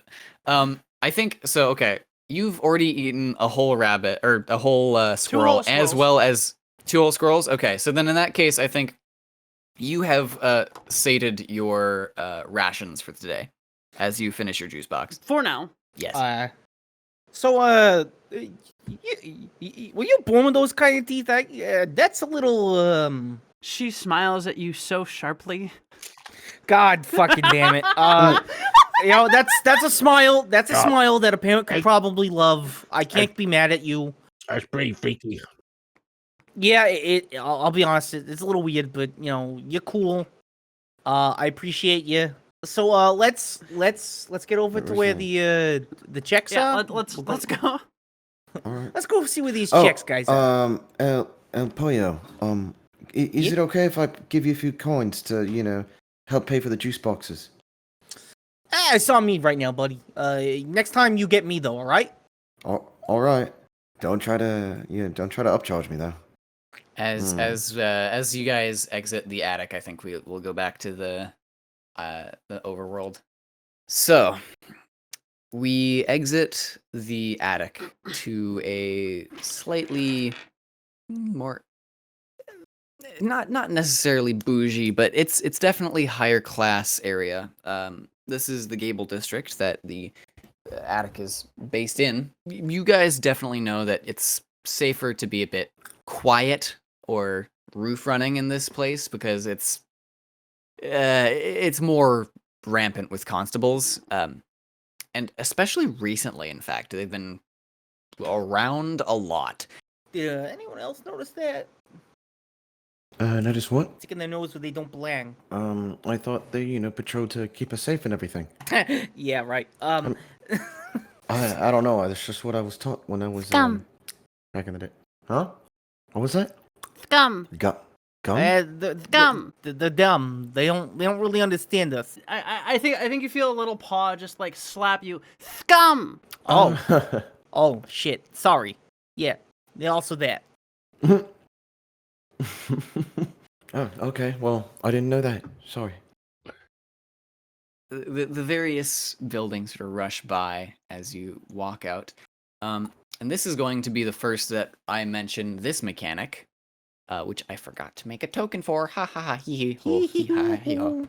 Let me just import that real quick, and then I'll do a thing. And doing that. Good. Tracking. Choose file. Yeah, this guy's supposed to just need an arrow to the knee. I saw a constable kill a child once. Scum. Jeez. Holy I shit, didn't really? know. Holy shit, really? I didn't write that. You just this random passerby just nearby shit, hears really? that and it's like, what? Just rips up their fucking scarf, turns it into a they're- bandana. Well, time to revolt, I guess. Throws Anarchy! Throws a Molotov at their local business. Next night we see them just in chains. Yeah, those guys, they're not the best. Tend to put their noses where they don't belong. Cause a lot more of a fuss than they need to. Okay, so Yeah. They taste like mold. if you look here, Whoa. Okay. you will see fuck is that the compass up compass. But this isn't just a compass. This is also a tracker to see how far in the day you are. This is midday. As you go along the place, this tracker will go from each of these until you are out of time for that day. Now, you have 4 days of short week. I'm not saying that there's any relevance to that, and I will tell you straight out, unlike Arc 2 of the illustrious Rusted Boar Regnomancy podcast, there is not going to be some sort of hidden thing. However, doing things in an efficient manner is of your interest.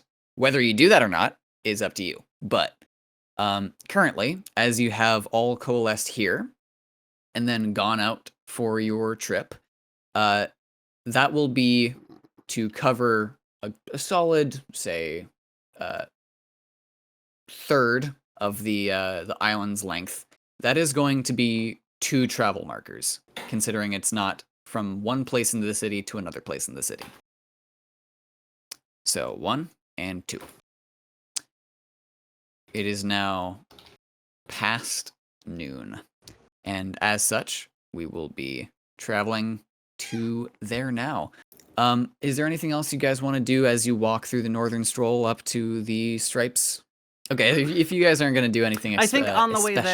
there, Bunny's going to keep her eyes out for any particularly fat folks. And by fat, I mean fat purses. Okay. Roll me just a quick perception check. As you're walking past The people. only skill I'm not good at. Does she get advantage because fat people are easier to see?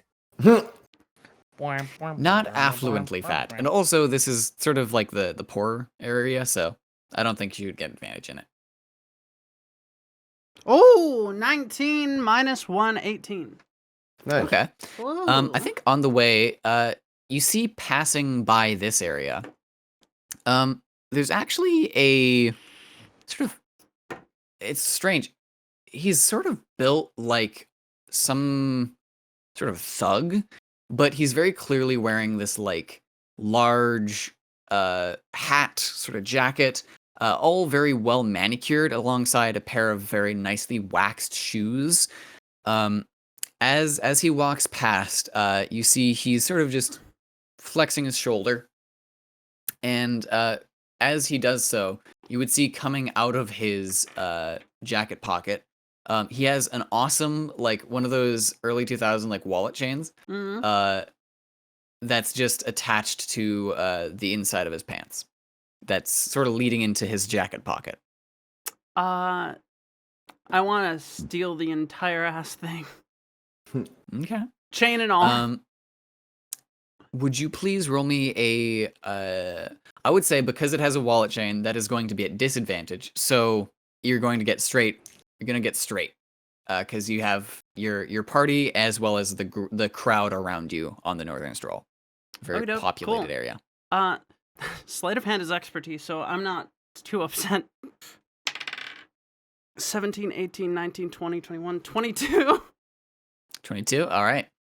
So, I think with a swift sort of ting, you use a hand to just disconnect the link itself. We see her just for a moment jump off of Poyo's back, springboard silently off of like just a wall or something, pass by him, cut like part of his shirt or belt where the chain is connected, and then just pull it off, springboard again, and land on his back and pocket the wallet. Excellent. You can add worker's wallet to your Nice. inventory, and you can investigate it as you would like. You never investigate with the mark around. We wait. Yeah. So as your group keeps walking up the Northern Stroll, I think there's this general sense of like, you know, sort of going on a field trip with kids that you just met. So it's like, let's go do it, you know. So At this looking point, around, she would also definitely investigate the wallet. How much is in it? a clean 100 gold, as well as a few business cards.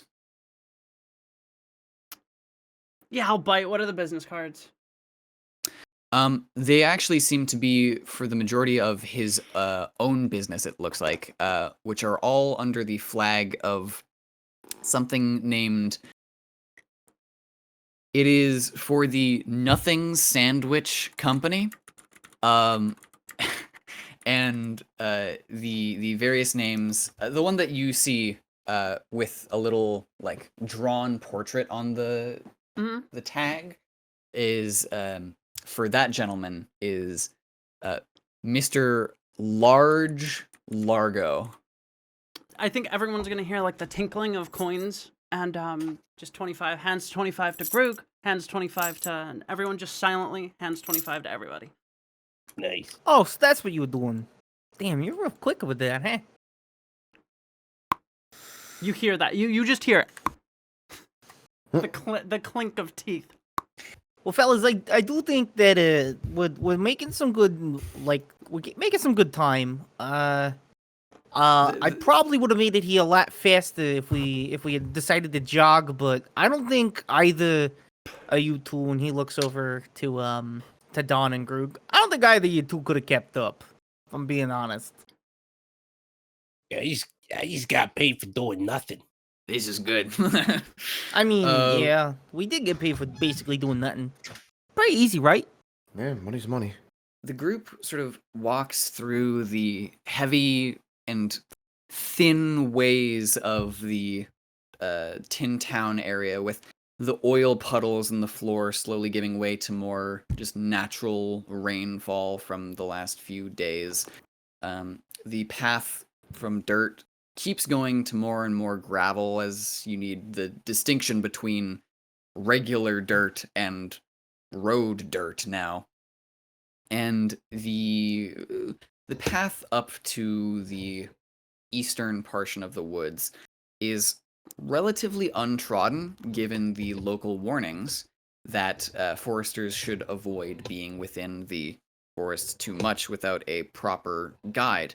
However, the orphans themselves have made a separate pact with some of the youthful sprites under the head archfey of the forest. So, all I have to ask you is, have you made the trek through the eastern Maybe, woods what are you of this fiddling with? place? Oh, whoops. That's Yeah, my thing. Have any of you made the trek through the eastern woods before? Give me a second. I'm gonna roll for that. No. DM, what direction did I come from my tribe? Let's get heavy into the lore here. 1 second. So, I would imagine northwest or south, right? South, probably, given that's where like a lot of the Badlands and deserts are. The Badlands barbarian tribes rather than the normal Orcish tribes. You mean towards the So- sea? Yeah, towards the sea. So you either came in from this port or that area. So for some You probably landed here. just for some quick context, across the sea to the south is an area known as Ruheim, and there's a lot of wasteland badlands, and that's where a lot of badlands orcs reside. Gotcha. Hmm. So then, no, I have not. I think I think Bunny's been here like maybe once or twice on call by the chapter master for particularly dexterous things. Nothing too crazy, just they requested her, and so she's been through the thing like maybe twice. Not very many times though. I was gonna say I probably have been here maybe once or twice. I've been in the gang for about 2 years, so it's not unlikely I've been here before. Hell, this is probably where Bunny and you cross paths. Yeah, that's likely. As you sort of breach the tree line, the path gives way to even more just like dense foliage. It's definitely not like very leafy. The few trees that still have their like actual foliage are pretty brown at this point, but the actual like shrubbery and stuff of the plants that don't shed their leaves during the night and the winter are just absolutely fucking thick. You get the impression this is the sort of nature preserve where they're not like manicuring it to make sure that it's like preserved in a sustainable manner. You think that they're probably just leaving it all to the Fae to deal with as they wish. And as you sort of trounce your way through, you eventually land to a hidden little grotto. You have to curve down a tiny bit as well as go along a rather dangerous few cliff sides into a recessed grove. But eventually, you reach a little clearing. Not too clear, just so that people who are walking by can't catch it as they're sort of glancing. But there's this large, expansive tree with several little forts and stuff around it and above it.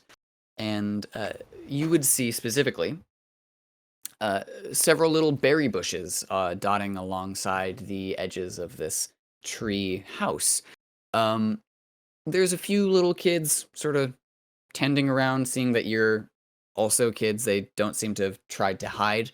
And yeah, what do you do? What do you go? Out of character, do I remember what the leader of the Stripes' name is? The leader of the Stripes is actually the sister of Captain Kingsley.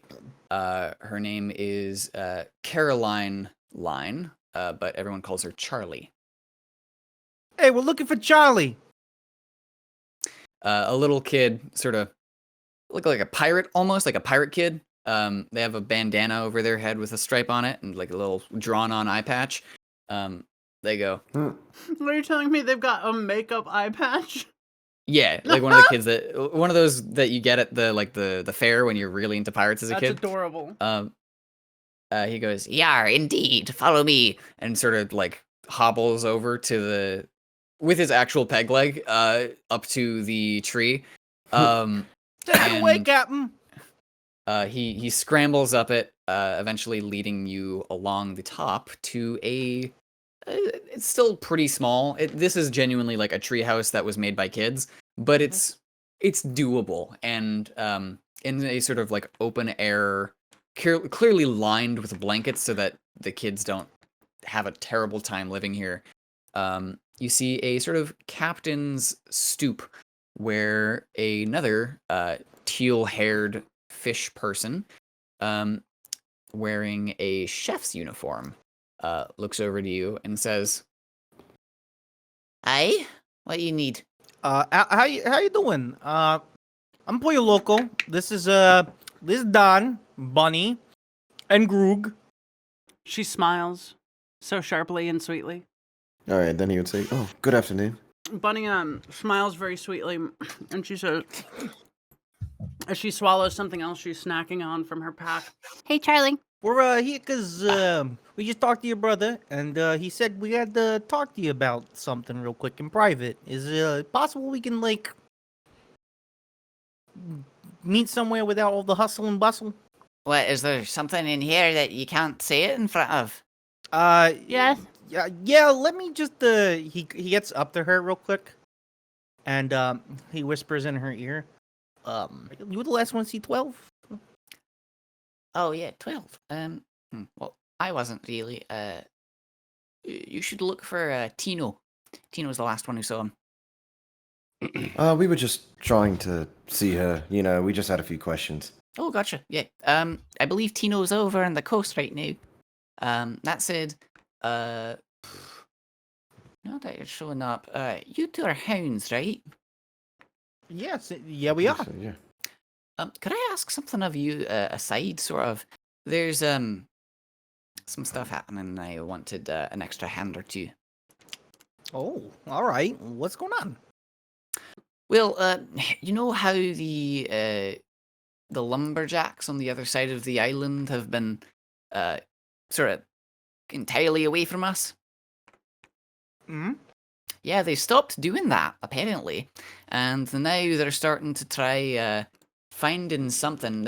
I've seen them out constantly with their little lanterns, just trying to find... I got no clue. But they shout pretty loudly that they're looking for something, and they're trying to get in contact with the spirits, but the spirits are in hibernation because it's winter, because... I don't understand that, because I'm not stupid, and I know that.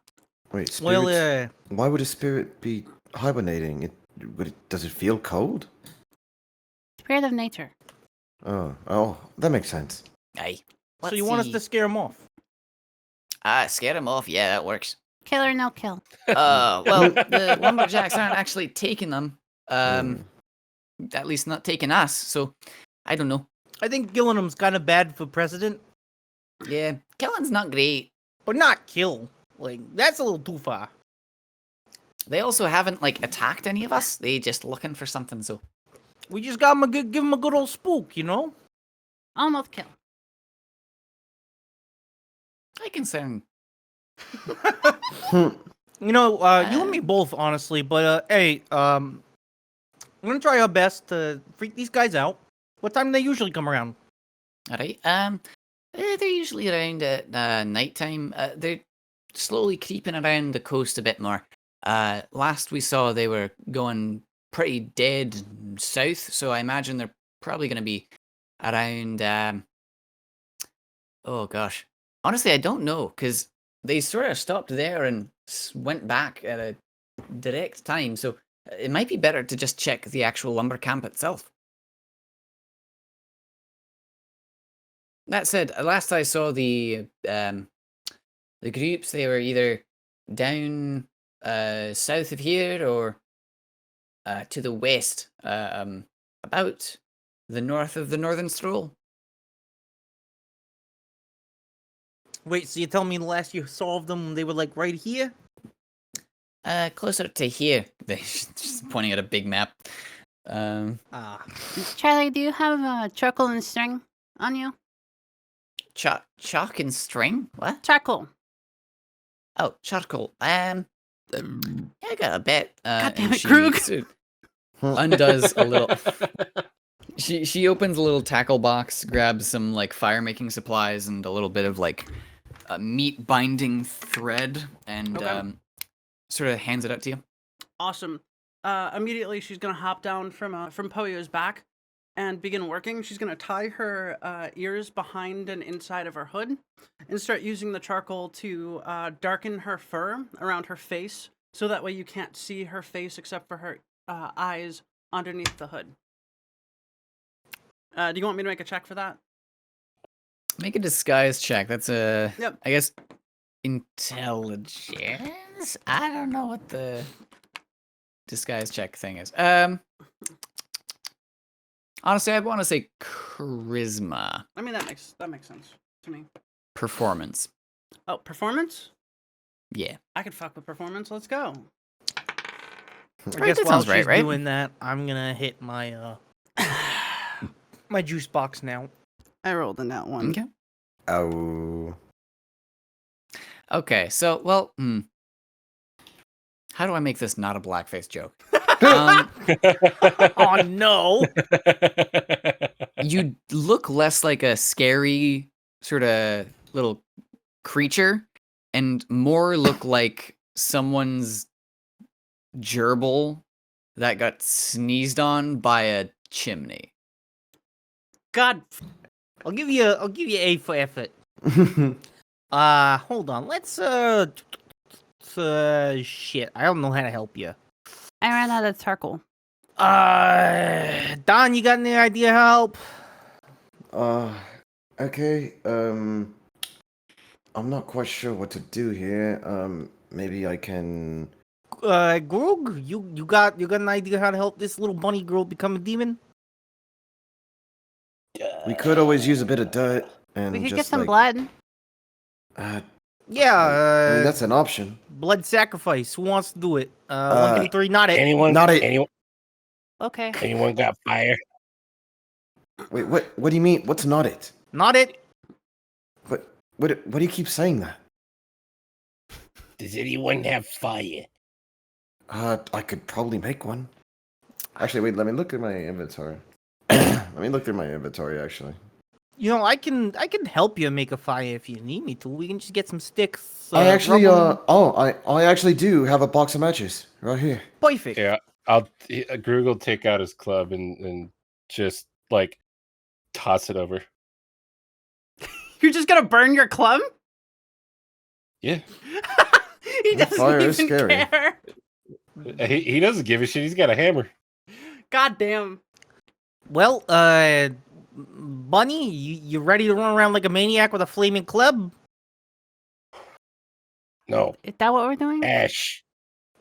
Oh, that's pretty smart. We could use the ash as a form of face covering, so that way it like a Face little paint. makeup. Face paint, yeah. Well, face ash, yeah. Ah. Well, I guess that makes sense with my chicken brain. It's pretty smart. I don't know. Yeah, I didn't know you'd be able to think of an idea like As you go to grab for it, I like hold it with my hand and look you dead in the eye with the same look that is in my like profile. that. Juice box. Oh, yeah, yeah. Oh, Yeah, yeah. all right. He gives you a juice box. I'm actually kind of thirsty myself. Can Well, I? that's everybody's juice boxes then. As I let go and then just like walk over to a tree and sit down and just start sipping on it. See, I know the juice would come and help. You know, I guess we're gonna get some. I love that Charlie's just sitting here watching this happen. She's just watching her fellow orphans be idiots for a moment. Is she like bemused by this? Does this like amuse her? She looks. Okay, so this That's man fucking child dumb. of a child is just sitting over and just had a weirdly smart idea and is now just drinking from a juice box like a 3-year-old. the Line family is consisting of these two, Kingsley and Charlie. Charlie looks like she got all of the I don't care about this in the family, whereas Kingsley was very vehemently encouraging terrible occurrences. So as she looks at you, she just slowly just offers offers you a handful of berries. What color are the berries? They are bright blue. Fuck, never mind. You know, I have an idea with that. Yeah, I'm gonna Would, take the berries. Would I have any like knowledge of the berries, considering like being You can roll me a exposed- nature check, sure. Yeah, let me give me 1 sec to get my dice. I would like to also see if the berries are sticky. The berries are bright blue and glowing a little. All right, perfect. I got an idea. All right, so Don, I'm gonna borrow your face. I'm gonna borrow your face for like 5 minutes. Okay, like give me 5 minutes. Okay, so which is it on again? Which one am I going? Intelligence? Oh, nature. Yeah. 5. Sorry, I said survival, but I meant nature. 5? Okay. You haven't seen these berries before. You're a bit more sheltered. You know about like technology because your family was more centered around like creating like automatons and stuff, and seeing fantastical nature stuff. I don't know if you even really got to see that much forest when you were younger. Yeah, Groog, do you take the berry? I was about to ask, like, can I actually identify them? You can over, like, absolutely try. Squash my fucking just juice box like a frat boy with a beer can. Yeah. Slam it against your head. Yeah. You can roll a nature check as well if you'd like. Fuck, that's -1. Good. Oh, it's a natural one. Oh, yeah, I hate to see it. That's a Oh natural my one god. for a total of 0. You think they're probably blueberries. Yummy. Don, come here. I got an idea, and he's gonna go over to Don, and he's gonna stick these berries to Don's face. You just take them out of Charlie's hand as she was handing them to Groog.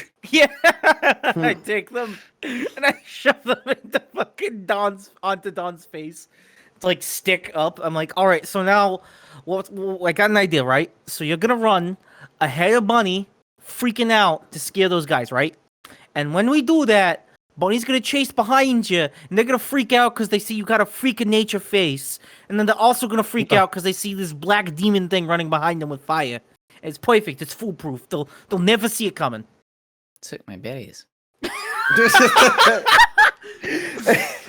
know what? Hold on. He takes one off of Dawn's face and puts it back in her hand.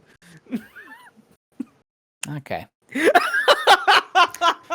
Are you even gonna eat one? Bunny, I think Bunny walks up to her and is just like, looks at her. I can put them away if you don't want them. I figured they'd be nice holds because out you a looked a hand. little dejected. Can I have one? Please? That's She tends adorable. it She to. eats it. It's just a normal berry. It's sweet. It tastes like. Okay, so it looks like a raspberry sorta, but sort of glowing. And as you taste it, you get the direct equivalent to what we would describe as blue raspberry flavoring. She spits it out. Oh, what's wrong? Are you okay? Is it poisonous? Is it? Yeah, poisonous. Is it poisonous? Tastes Blue bad. raspberry. I didn't know. Oh. Huh. Sorry, I'm Nevi, and I hate blue raspberry. Fuck you, guys. All right. Okay. Had me worried there for a Do second. you actually need something? Because, like, I figure if you have orders, I can just let you go, because I have stuff I need to organize. Sure. Yeah, that's fine. Well, that's about it. We don't really need much else. I really appreciate all the help you've given us. I just Okay, pop 2 gold in her hand and smile at her. So happily. She does pocket it. Um, In that circumstance, she will say, Okay, so, if you wanted to talk to the people who saw, what's her face? 12, just speak to the little Naga kid. His name's Tino. You should be able to find him over in, let's see, down by this part of the edge of the path down the Saltwall Road. I believe he was just sort of organizing the coast and doing some lookout today. If you are willing to take care of those lumberjacks, that would be greatly appreciated. It'll just be over in the department of sort of just directions towards whatever western portion of the forest there is, and goes, that way. Department of that way. All right. Thank you so much for your time. Yeah. Bye, No Charlie. problem. Love you. Let's go find this. Let's go find this kid now, right? Have you known them before? She just smiles at you. All right then. Well, let's go find our lead, and we'll go from there. Yeah. Sounds like a plan. I'm going to look for this funny person. okay, you're going down to the end of the Saltwall Road. Gotcha. Yeah. Um, That's where we're supposed to find the lead, right? Yeah. So, you walk through the forest a bit more. It's a bit of a quiet walk. There's definitely still not many paths, but as you go from the treehouse, you definitely see that there's a larger series of like hidden pathways for kids, particularly. Yeah. So as you walk back towards the regular path and then go on the straight road, you would see as the cliffs sort of cascade down into steps less than actual like cliff. And specifically, you would see a few kids just sort of, it looks like they're playing on the shoreline, but it becomes very clear after you start making your way down the actual like salt rock steps. They're very intently looking across the sea line to see if they find any incoming like ship traffic. You get the impression these are probably some lookouts, as well as one of the kids seems to be sort of flipping around a little bird. Zanaga, probably the kid you're looking for. Well, and you guys want to go do this? Well, you guys are doing that. Blood Bunny's gonna take the club and start a fire. All right, I guess. I just start walking up to the kid. You see this kid who doesn't look like this, but instead looks like this. They're just grabbing at a bird that seems to be flying around their head and then lands on their head and they pat it and then it flies off again and they start grabbing at it again. I'll walk up to the snake kid, kind of just stare at him until he notices me. What about it? I don't say anything, and I just grab a piece of jerky, and I hold it, and I hold it out. He grabs a piece. He opens a little satchel on the side of his belt, and he picks out a handful of what looks to be seeds. Not you. As I like hold it up to the bird. The bird sort of looks at it, and then it looks to be like some sort of little. You can't really tell what sort of species it is. It looks sort of like a seagull if it was tiny and also like bluebird sized. And it sort of looks at it, sort of pecks at it for a second, and Where Groove turns his just head wants away. to like feed any animal he sees. Truly, Grug was meant to be in the stripes. The Tino places a few seeds from his hand into your hand on top of the jerky, and the bird seems much more enthusiastic about those. Oh. What do you want? Dino, I'm El Pollo Loco. You know, I don't know you. I was talking to Charlie a little bit ago, and she said that you were the last person to see 12. Oh yeah, 12. Yeah. So what happened? Oh, so there's not a lot to it, but He sort of points out to the sea.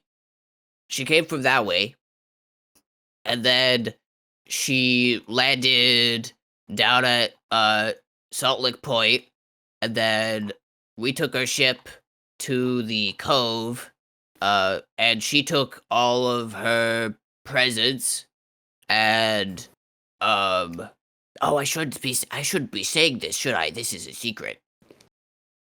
Well, I'm immediately gonna insight check this man to see if he's lying. Okay. Blood Bunny is gonna look up and like stare at him intimidatingly. just pure creepy, lifeless, unbreathing stare. Okay. Panda, with an 11, I will say, he doesn't particularly bear the visage of a liar. That said, you can't really get a beat on his like demeanor. He seems to be sort of off kilter. He says, Yeah, I know. So she brought presents, and I shouldn't really tell you more, cause it was a secret. It was a secret, and she told me to not tell anyone else that she was in town. Can I roll my intimidation now? Maybe. Sure. God damn it. I got a 7, so I think what we see is like Blood Bunny just staring at him over a fire, but it just looks like a dirty little fucking gerbil staring at him real cutely. Now, I don't mean to cut you off here, and I know you promised 12 you'd keep a secret, but you see, we know that 12 is here on the island, of course, and I'm gonna pull him close real quick. Between you and me, she's kind of needed right now, and we're trying to find her. What did you get, Nevi? Sorry. Oh, she got a 7, and I said, you just see this little tiny bunny girl look up over this fire that she's created of the club, and just stare at him, and like there's no scariness to it. She just looks like a dirty little fucking gerbil staring like cutely. She just has the club. Okay, he'll sort of like nod and he's like, Okay, yeah. Well, honestly, for the most part, it was fine. I know that, well, I wasn't supposed to, touch what the stuff she had was, but, there was this really pretty, like, thing. I don't know what it looked like. It looked like a sword or something. And I just saw the handle of it. I grabbed it, and she got really angry at me and told me that I shouldn't do that. So I was like, okay, and then I let go of it, and she said that I shouldn't tell anyone else that I was in town after well, because, and he points to the other little kid. Richie told me that it was okay, so he ran away and go tell Charlie that she was in town. But that was last night, and that's all we really have. But like the handle was really pretty, and I think I did a bad thing by touching it, and so she told her bird, like my bird, like Tito right here, and he points to the bird on his head, like Tito, like her Tito. She sent her Tito out to, I think she sent it to the attic, but you said, did she not get there?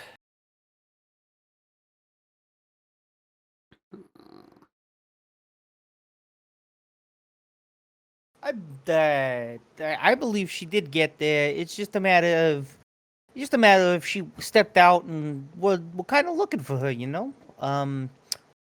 We talked to Kingsley. He talked to Kingsley, and he said she stepped in for a little bit, and she said she had to leave to do some errands, but he sent us to go and find her real quick, you know. Oh, okay, yeah.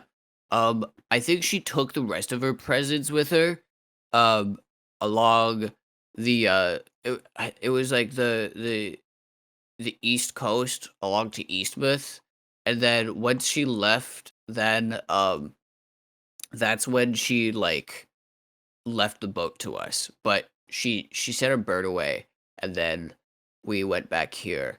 And then there was this loud like popping sound, and we looked up, and there were like fireworks. I that's what the people in town said they were, but I didn't know what they were because I've been out here on the shore. Fireworks, eh?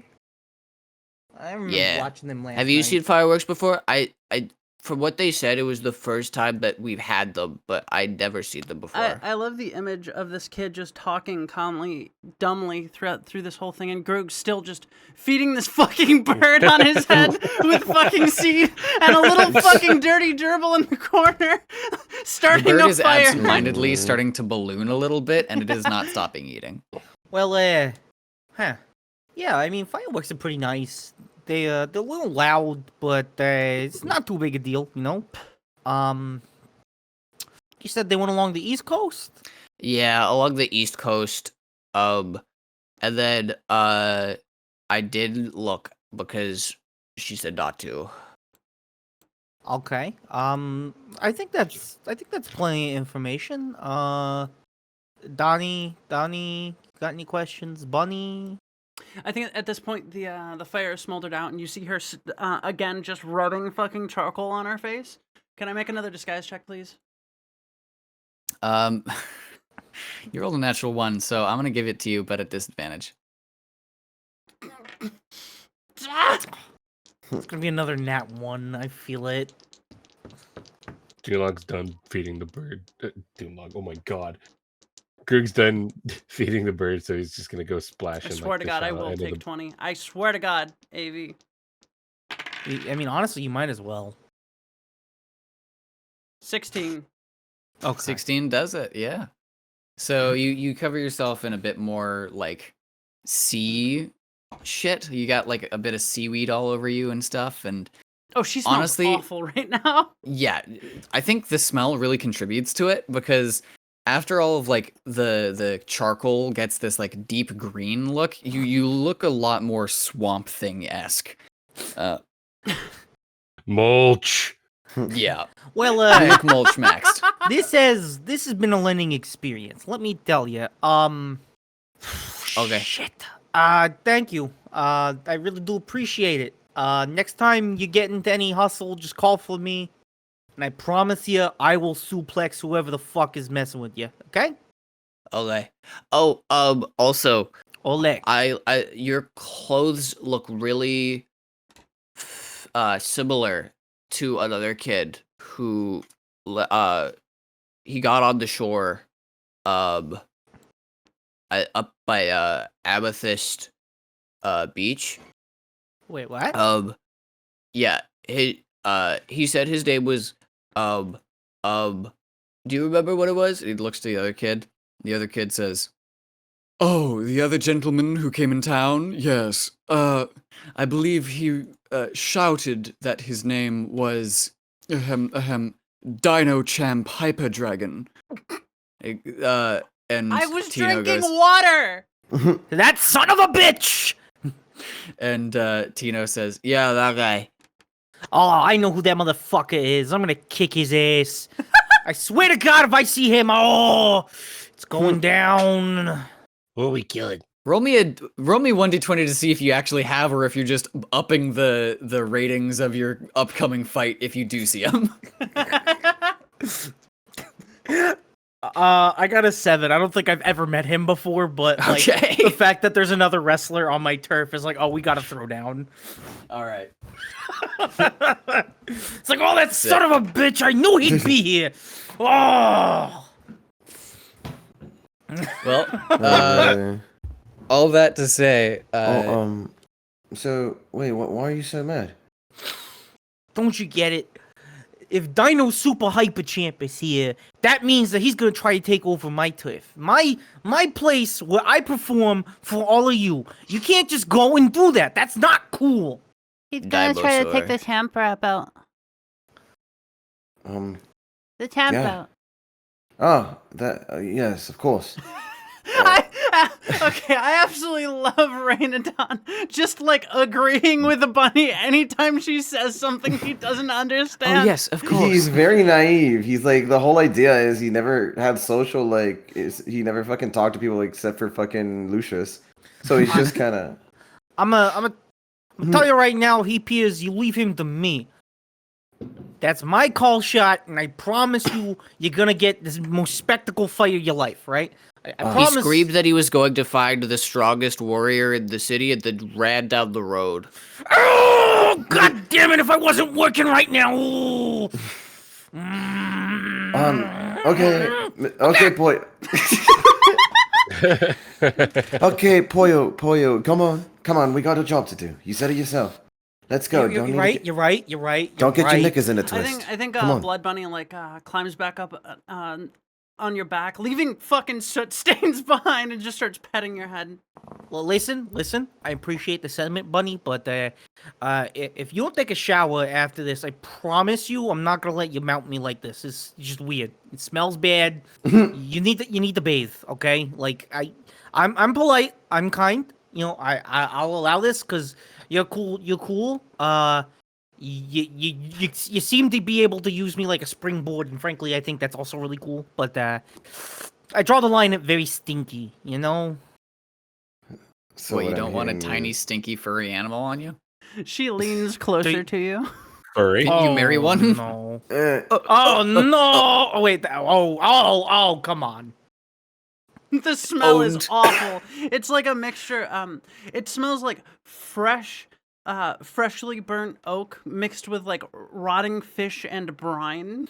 Yeah, this is a smell that I wish I could like wash out of my nostrils if I had any. Yeah, let's move on. We'll travel to the East Coast. Guys, thank you a lot. What about the guys we're gonna kill? Oh yeah. We gotta wait until it's a little bit darker. Apparently, they Sorry, don't the pee guys until we're it's not nighttime. gonna kill. Yeah, we gotta wait until it's a little bit more dark. What time is it right now? It's like evening. Oh, it should be- Another hour has passed, so I would say it's getting to the point where it's like starting to get a bit dark. It's like all right, fellas. 5 this is it. o'clock, 6 o'clock. You're right. You're right. And during winter, that's like almost to like dusk. Yeah. Yeah, all right, fellas. Bunny's right. It is time to strike. Bonnie, you want to lead the way? You're a little. You actually tell me where to go and I'll do it. All right. She just points to the west to remind you that they come in on the western forest of the Stripes. All right, we're going west. Fellas, you ready to run? Because we're gonna run. We gotta get there quick before Okay. they do. Okay. Okay. Count of three. let's put- 1, 2, 3, run. He Yeah, just let's put takes that- off in the other direction. Yeah, let's Okay. Just put that pip in our step.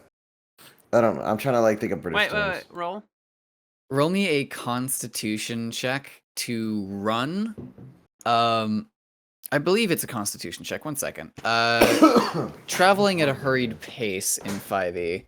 I would argue this is athletics for speed. Rather Yeah, then than athletics long-term probably is marching, better. Yeah. So just an athletics to not be like particularly winded, just running the whole way along Bunny's the west. Bunny's riding on his back the whole way there. Okay, then just What is Poyo with my and rolls today? Rug and What am I rolling? Athletics? Athletics. Yes. I got a 2. 2. Okay. I got an 8. You're pretty winded. You are also fairly winded. You guys, you guys, you guys, you guys. So you're going up this way? Or are you going on. like into the forest here? 17. 17? Nice. Excellent. So I think you are full on jogging down the path. Grug and Reinadon are. Reinadon's a real fragile boy, and as he is being forced to do exercise, I think very quickly His it becomes asthma- clear that His asthma starts kicking in. attempting to make the trek alongside is still going to take another hour if you want to like get there to a place past a certain point. If I remember correctly, our goal is to be like right around here. There-ish? Okay. So So then the slice goes another hour. You all make your way up to around this place in the path. And as the night gets closer and closer, I think you start to hear more and more sort of crickets and spooky stuff. I'm just gonna put something on. Donnie. Donnie. Donnie. Yeah, I'm sorry. What's up? How well can you scream? What? How well can you scream? Yeah, I guess as good as anyone else. Why do you ask? When they get here, make the worst, blood-curdling death scream you can. Fair enough. All right, let's see if this works. And eventually, as if on cue, a coalition of about 3 lumberjacks come around the way, just passing down the street. 2 of them have lanterns, and a third has a map open. And they seem to just be like barely broaching the wood line. It's almost as if they're like specifically sticking to the gravel path out of concern for the time of day. And one of them says to the others, "So, okay, we're looking for some what again?" And the second one goes, "Oh no, kids, it's a fucking bundle of leaves. It's not that hard, okay? Just look for the leaves in the middle of winter. Easy to see, because there's nothing else that's got fucking leaves on it, isn't it?" And the first one goes, all right, fucking touchy. And they just keep down the way. As they get about 50, 30 feet away from your like hiding positions, what would you like to ready to do?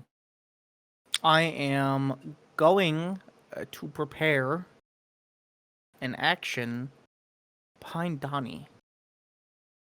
Because we need a screamer. And if I can freak Donnie out enough, I think we can get a genuine reaction from him. So I very quietly get behind Donnie without him knowing. And, can I look around real quick in the dirt? I want to see if I can find a worm. I guess roll me survival. I'm gonna I'm gonna In the, take wait, out a worm my... in winter? You'd be surprised. Fair enough. Go ahead. You'd be Grim. surprised. Like, go ahead. I'm sorry. No, you're good. I'm gonna ready my orc hatchet, Okay. and I'm gonna hold action to throw it at one of the guys' heads as soon Jesus as Christ. things kick off. I Meaning battle starts. Okay, so only if you see combat starting, or just when they come into range? When battle starts, like if something goes like bad. I see, okay. So you're readying to defend if something goes bad. Bunny's gonna ready to do that same thing with her arms and legs, where they're splayed out to the side, now covered in muck and junk. You look like a full-on... Yeah, and she's gonna, when they get close enough, she's gonna scramble out and make just the worst sound, which I will voice act, by the way, the worst sound imaginable while unhinging her jaw again. I got a flat 10. Flat 10, okay. Yeah, you don't find a worm in winter. That's weird. All right, fine then. I'm gonna do it like this then. When they come closer, I am going to, like with my fingers splayed, slowly crawl my fingers up Donnie's spine in an attempt to make him think there's like fucking like bugs crawling over him. I guess roll, like, intimidation on Reinadon as they, like, get within 10 feet.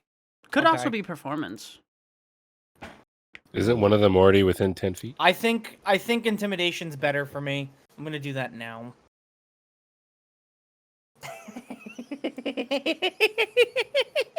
What? I got 20. A nat 20? Yes. Oh! Or something like that. I don't No, wanna that's scream great. too Just much. an adult scream. I can't fucking do a child scream that well. No, it's great. I love it. The moment that happens, Bunny just fucking scrambles out and Roll fucking, me intimidation at advantage. I'm gonna roll and then I'll describe. 17, 18, 19, unnatural 20. A natural 20? Okay. She scrambles out, her legs splayed in fucking like unnatural angles, covered in muck, and she looks up at these men. Her head moves to the side, she unhinges her jaw, and you all just hear.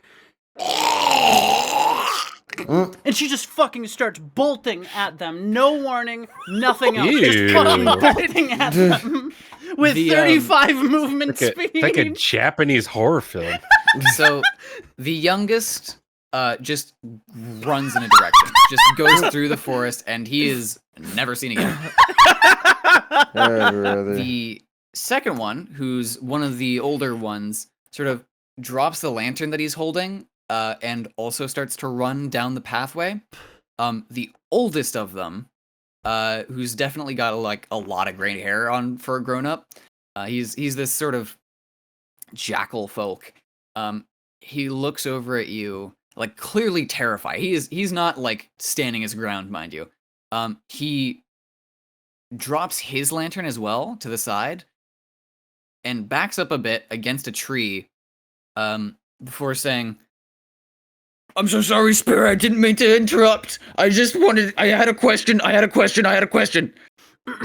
I think she crawls up on his chest, and he just feels like he feels that weird magical force holding her to his chest, which I'm sure adds to the fucking, like, just pure terror. And she gets within an inch of his face, and she just says, and she's very careful about how she says it, because she's her fucking teeth, right? But she says, The ancient pact has been broken. and she bites his neck. Ooh. Oh, shit. Oh my god! Okay. All right. Well, combat officially starts. So, everyone, you get your surprise round. Would you please provide me a bite attack? Vampiric Bite. Your Fanged Bite is a natural weapon which counts as a simple melee weapon with which you are proficient. You add your Constitution modifier instead of your Strength modifier to the attack for damage rolls.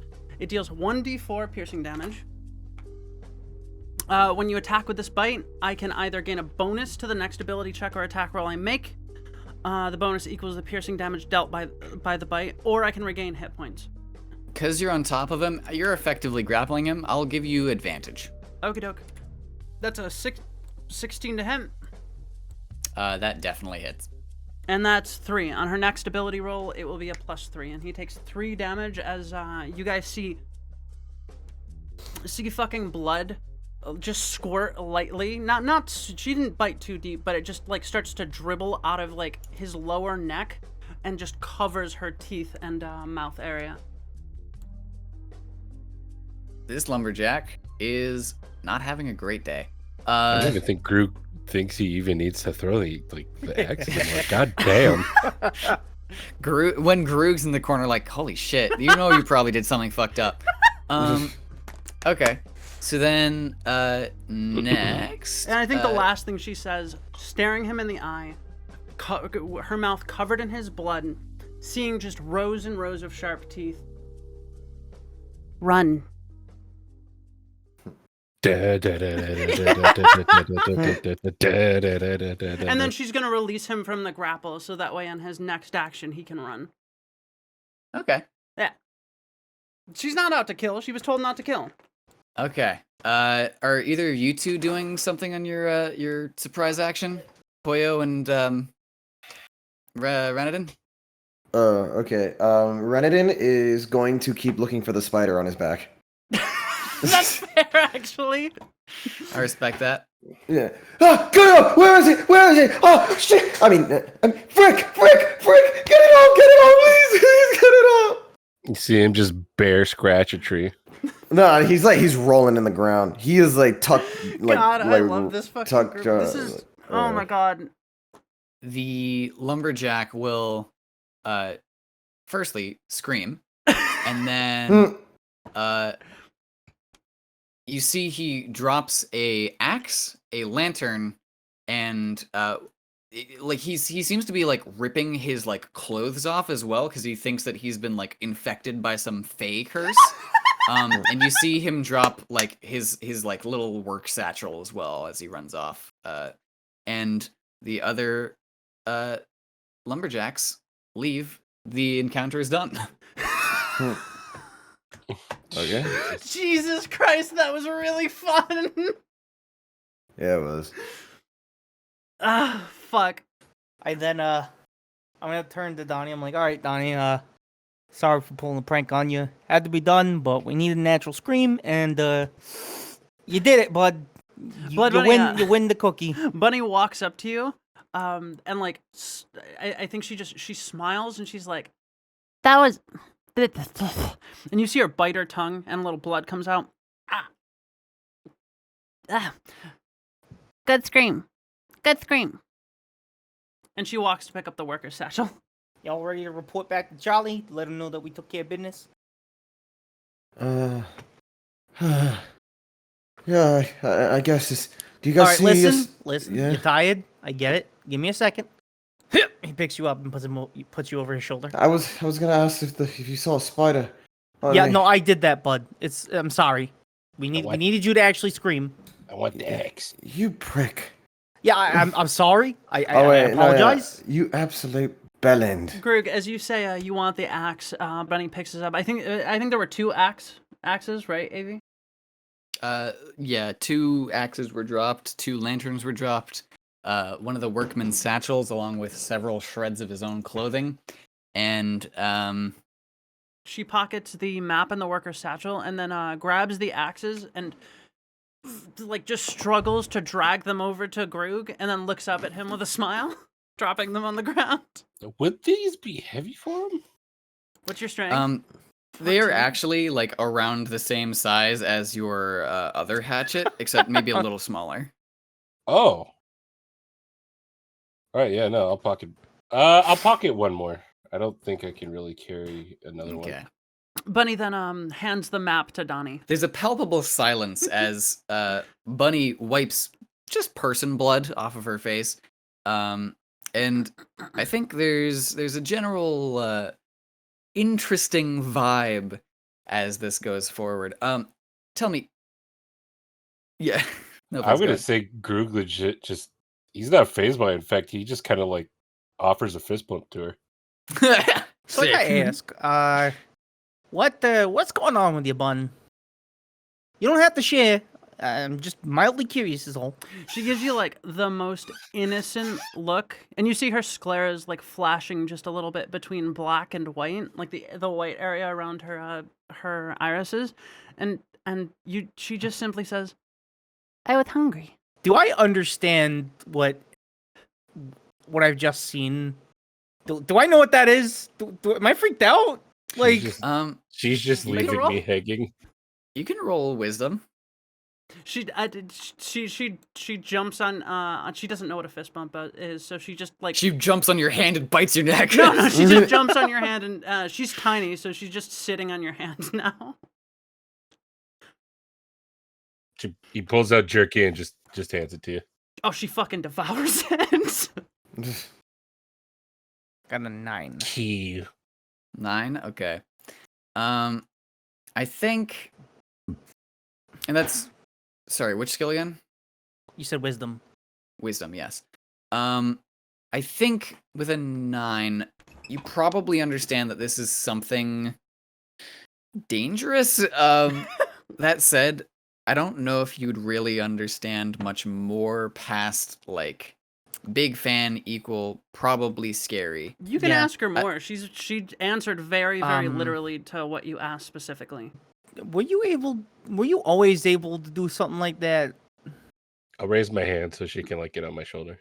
She jumps up onto your shoulder just instantly, as if it was just natural for her to fucking ride on people's backs, and she just shakes her head.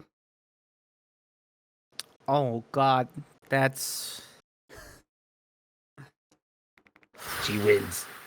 She wins. I'm real sorry to hear that. Then, does it hurt? I think she looks puzzled for a second, and then I think you see just for a moment like a flash of pain in her eyes. And that one's given out for free. You don't have to insight it. Oh God, And then she just neutral face, stone faces you. I see. That's a shame. Well, you're in good hands now, Bun. I just want to say with one attack, this little bunny girl has managed to gain Groog's respect. Oh, look at that. Groog respects somebody. Ha. But yeah, I think we're gonna move into the Stripes territory now. Okay. Yeah, I think in that case, with a successful ambush and lumberjacks, I would say sufficiently thwarted. And a little bit of PTSD for Donnie. And Yeah. possibly in like highly probably like fatal injury to the jugular. Pretty sure that dude yeah, shit and pissed his pants, bro. She specifically aimed for the lower neck near the collarbone. It bleeds a lot, but not enough to be like deadly. She knows very well. It was a He non-lethal looked attack. like he looked old. I will tell you, you got really lucky because he rolled really high on his Constitution saving throw to not have a fucking heart attack. Thanks, But Mr. Pickett. he definitely had enough like pep in his step for an old guy to like get out of there. So you doubt that he's dead.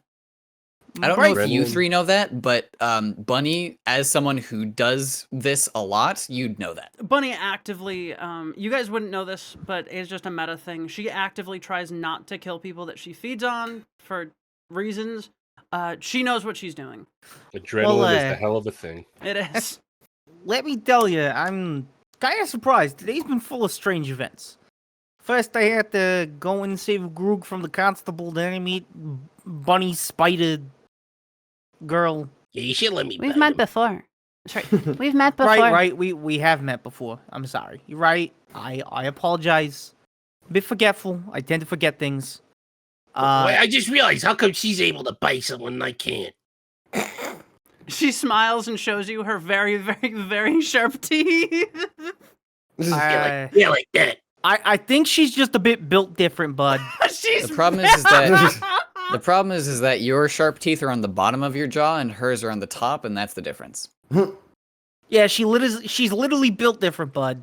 You try to bite somebody, you're probably losing that tooth. She bites somebody, she loses the tooth, but it grows back. I feel like Roog doesn't pierce the skin; he just breaks their bones. Snap someone's neck by biting them. Yeah. Jesus Christ, he's got an old bite. But yeah, let's go talk to Charlie. Let her know we did the thing. We did the thing, Charlie. Give us some cookies. On the way, I think Fun's gonna like do her best to wash off what muck she has and untie her ears and shit with like snow around. There's actually not really that much snow. Oh, there's because not. specifically it is a coastal town. Oh, that's There true. hasn't been snowfall yet. Well, oh well. She's just gonna suffer. Okay. You could probably get like a pond on the way, and it'll be cold as hell. But all right. Yeah. So I'll just. You Hey, Charlie, return we're to back. the Stripes hideout, and you see, literally, like, okay, it's another hour after. She looks over at you and says, It's been like. What? It's not even been like a day. Yeah. I Really? didn't kill them. We win. Well, we were in the area and we figured it's best to deliver as quick as possible, so we got you the goods. If I'm being honest, I wasn't sure that they were even going to go that way. I thought they were just done. Well, that's all right. Okay. Then, I guess here, and she will hand you all the reward for getting it all done. 12 gold pieces each. I'm going to refuse the pay, and I'm probably gonna split the pay between She the slaps three you of and gives you the money anyway. Oh, it was No. in the workers thing that you told me I picked up, or that I picked up. Oh, inside the worker satchel, you find a few woodworking tools alongside a little piece of paper that details sort of it looks like some sort of task list. It says, search the forest, try and find local spirits, get our wreath back.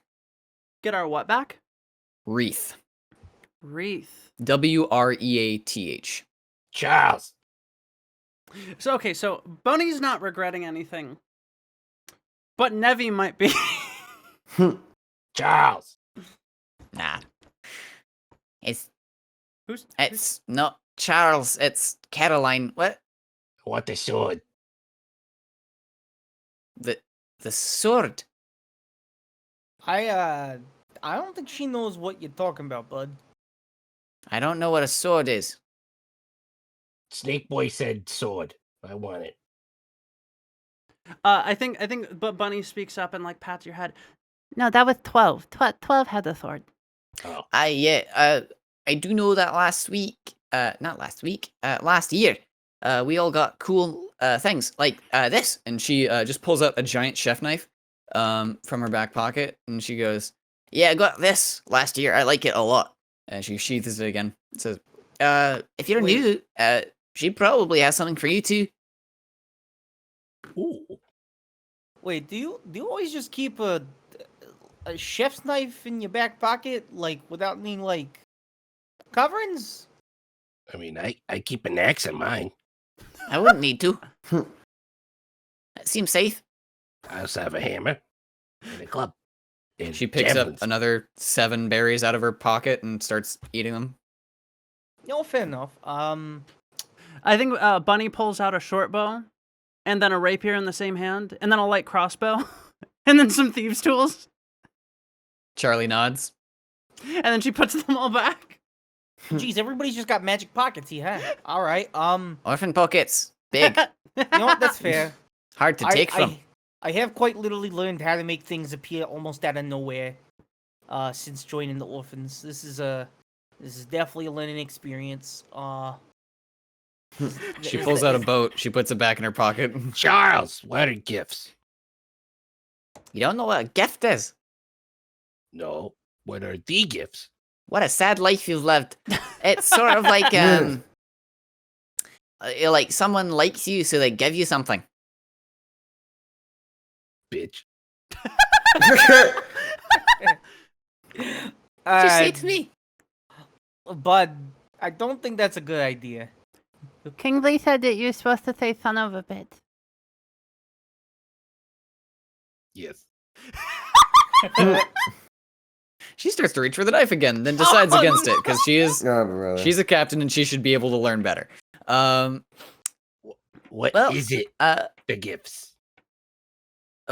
what is amongst the gifts? Like the sword?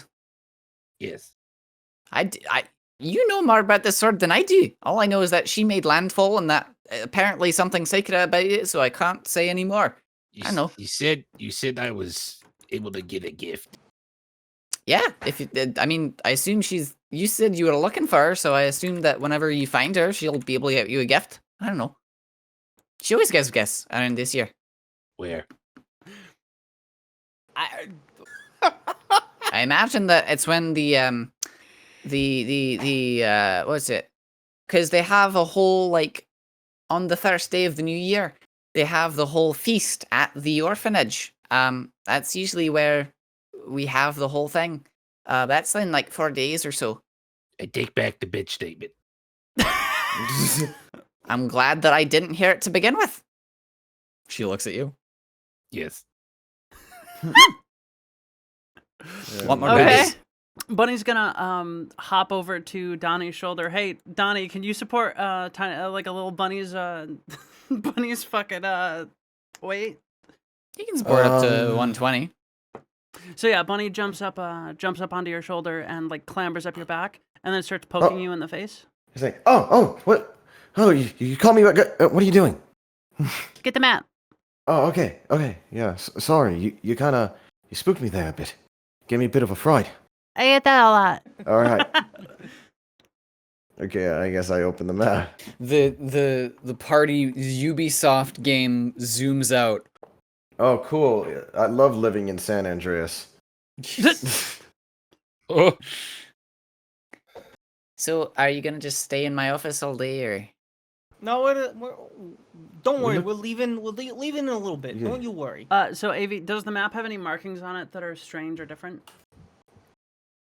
Well, it has like a little thing here. Let me just draw it for you. For the most part, the only drawings that are on it are a circling along like the edge of the forest, such as like this, as well as the marking that says allowed area. And then a little doodle, seemingly from the younger of the people, that says right here on the actual Little Maple Lumber Camp. It says, sorry, 1 second. I keep making shit. I don't want to. There's a little X over the main tower that says missing. That's And also a third notation sort of at the bottom right of the map itself that says, just George was here. I think they were looking for the wreath. Wait, the wreath? The Mhm. wreath's missing? That's That's like, oh, that's actually bad. I hold a note up and show it. Well, not a problem.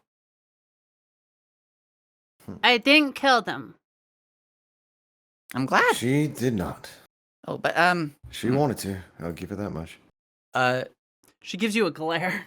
Charlie actually looks to Groog and Poyo. Have you seen much like actual traffic going through your district then? Have I? In the last few bits, you actually haven't seen the lumber train going up and down as much, really.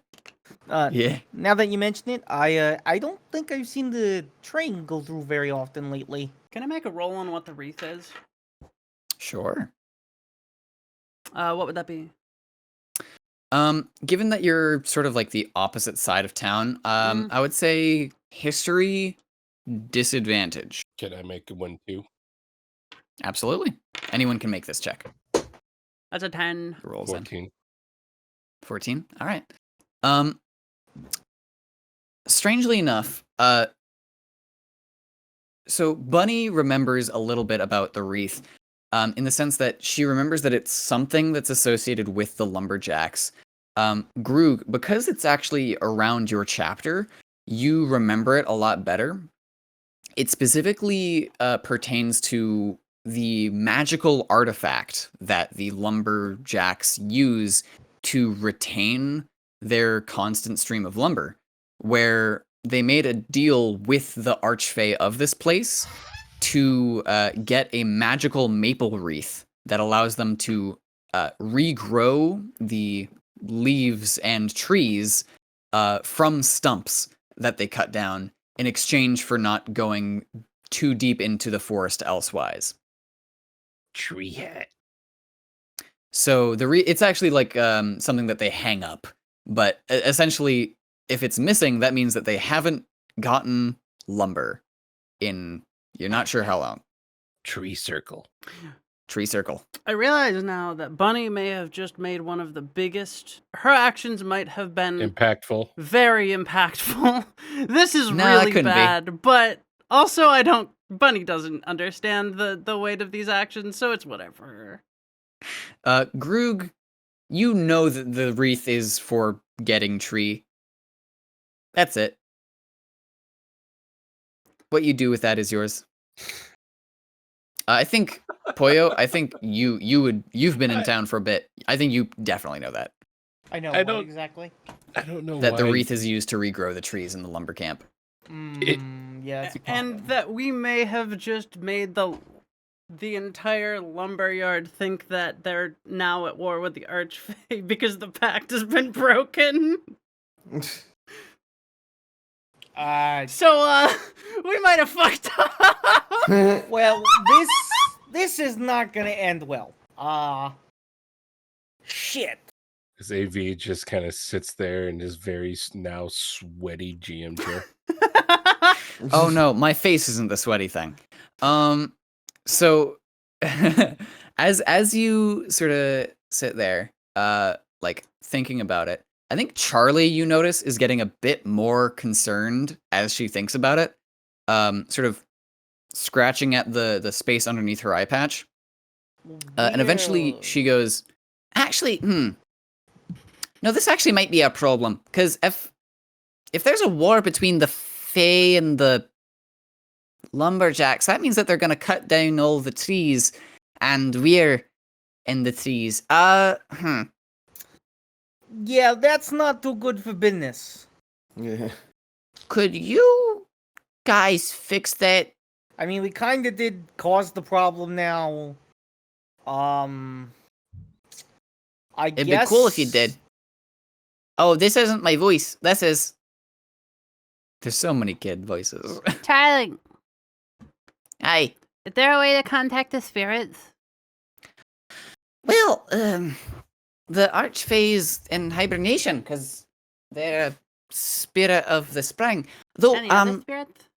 our contacts, the sprites, they might actually, maybe them. You could. So, okay, I'm gonna tell you something very secret that you can't tell anyone else. Okay? We can do that. She nods her head very, very, very hard, just a little bit too much, just a little bit too forward and back. All right. So she hands she sort of like grabs out of her pocket another handful of berries and sifts through them and actually pulls out what looks like a little like rock. It is a stone that is perfectly in the shape of a leaf, almost like an impression. And the smooth stone, shaped sort of like a maple leaf, she hands it over to the closest person to her, Sir Groog, maybe at her own expense. And she says, "This is a token. It allows Fey creatures to, it's sort of like a key into a Fey domain.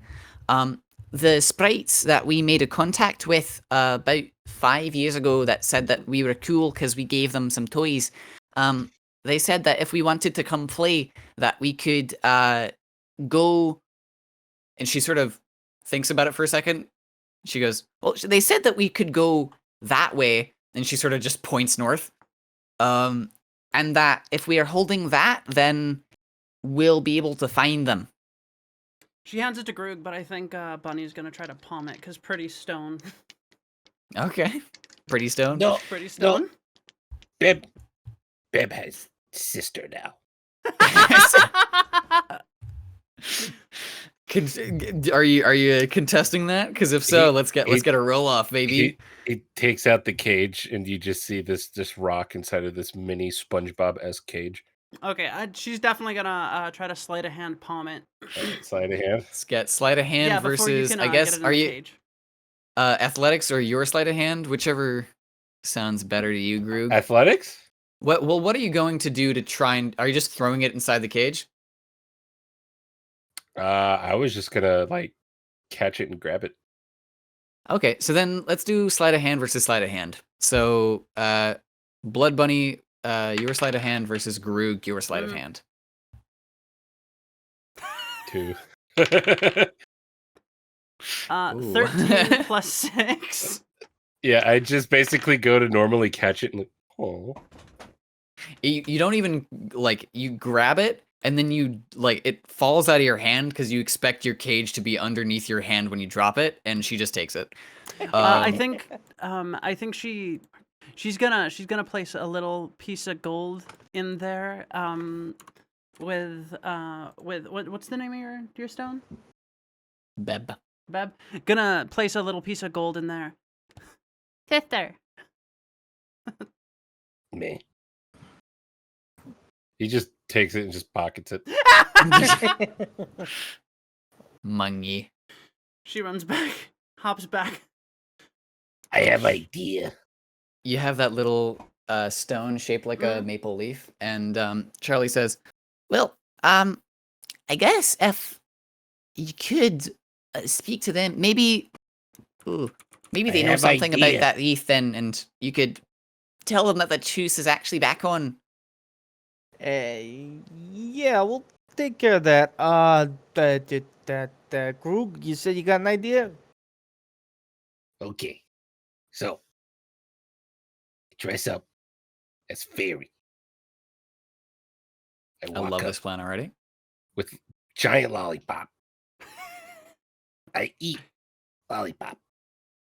Is payment. Then I walk up and I talk to them. So you want to dress up as a fairy, eat a lollipop, and then talk to them and tell them the truce is back on. Yes. Is the Uh, is the lollipop associated, or did you just want to eat a lollipop? I don't know. you She know nods. what? Let's say that the lollipop might be necessary. Distraction. Me. Groog is absolutely helping. Well, you could definitely be a distraction if need be. We can put you in the fairy costume. We can give you a stick like it's a wand, and we could tell you to go out there and grant little fairy wishes. I It's don't like fucking proper know. nighttime now, right? It is getting to be around like 8-ish, yeah. Probably not a good idea to go north until it gets brighter.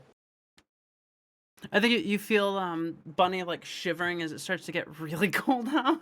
Oh shit. He Would you like to reaches- stay here for the night? If you don't mind, actually, She just nods. Poyo just kind of pulls out his blanket and he gives it to her. Groog just walks in. Into Charlie? I get, yeah, well, okay. This is, I will give you context. This little office area on the top of the treehouse is genuinely like maybe 20 feet by 20 feet. And it's one room. Does Yes. Poyu carry around a backpack? Probably. He How big gave is her probably like an athletic backpack, if anything. It's nothing too crazy. Is it big enough to fit a small rabbit girl inside of? Probably. She's gonna wrap herself in the blanket and just like go to sleep in your backpack. Well, I have a tiny rabbit girl sleeping in my backpack. just gonna put that to the side there. Congratulations. I've never had to deal with whatever she's supposed to be. She scares the fuck out of me. What do I'll you be want honest. from me? She's like 4. Yeah, she really is. She does not. She's clearly been through a lot, and goddamn. You let's, hear a voice from on high. Yeah, you're orphans. No shit. Oh yeah, don't play the fucking "my parents are dead" card. We all have dead parents. We all got it, dude. You can't stop it. Like, come on, you got dead parents. I got dead parents. Fucking. For all we know, Don's parents abandoned him. That's a little mean. I'm sorry. That's worse than dead parents, yeah. Yeah, that's a little worse than dead parents. Don will remember that. Don's not even here. Don's just fucking spaced out. Yeah. Is she offering to let us sleep in her office, or is she telling us we could stay in the No, place? she's offering to let you sleep inside the Yeah, right. tree house's quarters. Bunny's Yeah, gonna that's leave it to cool. you. She went to bed already. Yeah, I'm just gonna find a place to get cozy and put the backpack, I guess at the foot of the bed, and he's just gonna lay on top of a little cot and sleep, because he doesn't have much better place to sleep. Where's And he Groot al- sleeping? And he gave her his blanket. Wait, that was your only blanket? He doesn't mind. It's kind of the thing he does. He's got a cape anyway. He literally wears a cape. Like, come on. No, then she's gonna fucking like as you put the backpack down, she's gonna poke her head out and she's gonna see that you're covering yourself with your cape. So she's gonna like hop up onto the bed, curl up against your back, and then cover both of you up with a blanket. Groog is just gonna. Go ahead. Groog is just gonna just find a nearest bush and just treat it like a cut. Just flap into a fucking bush. That's hardcore. That is some Ruheim Badlands shit, actually. That tracks. You hear the fucking wind blowing outside.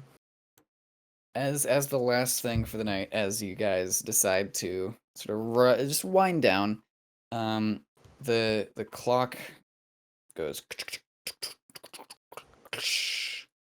I think we will call it there. Yeah.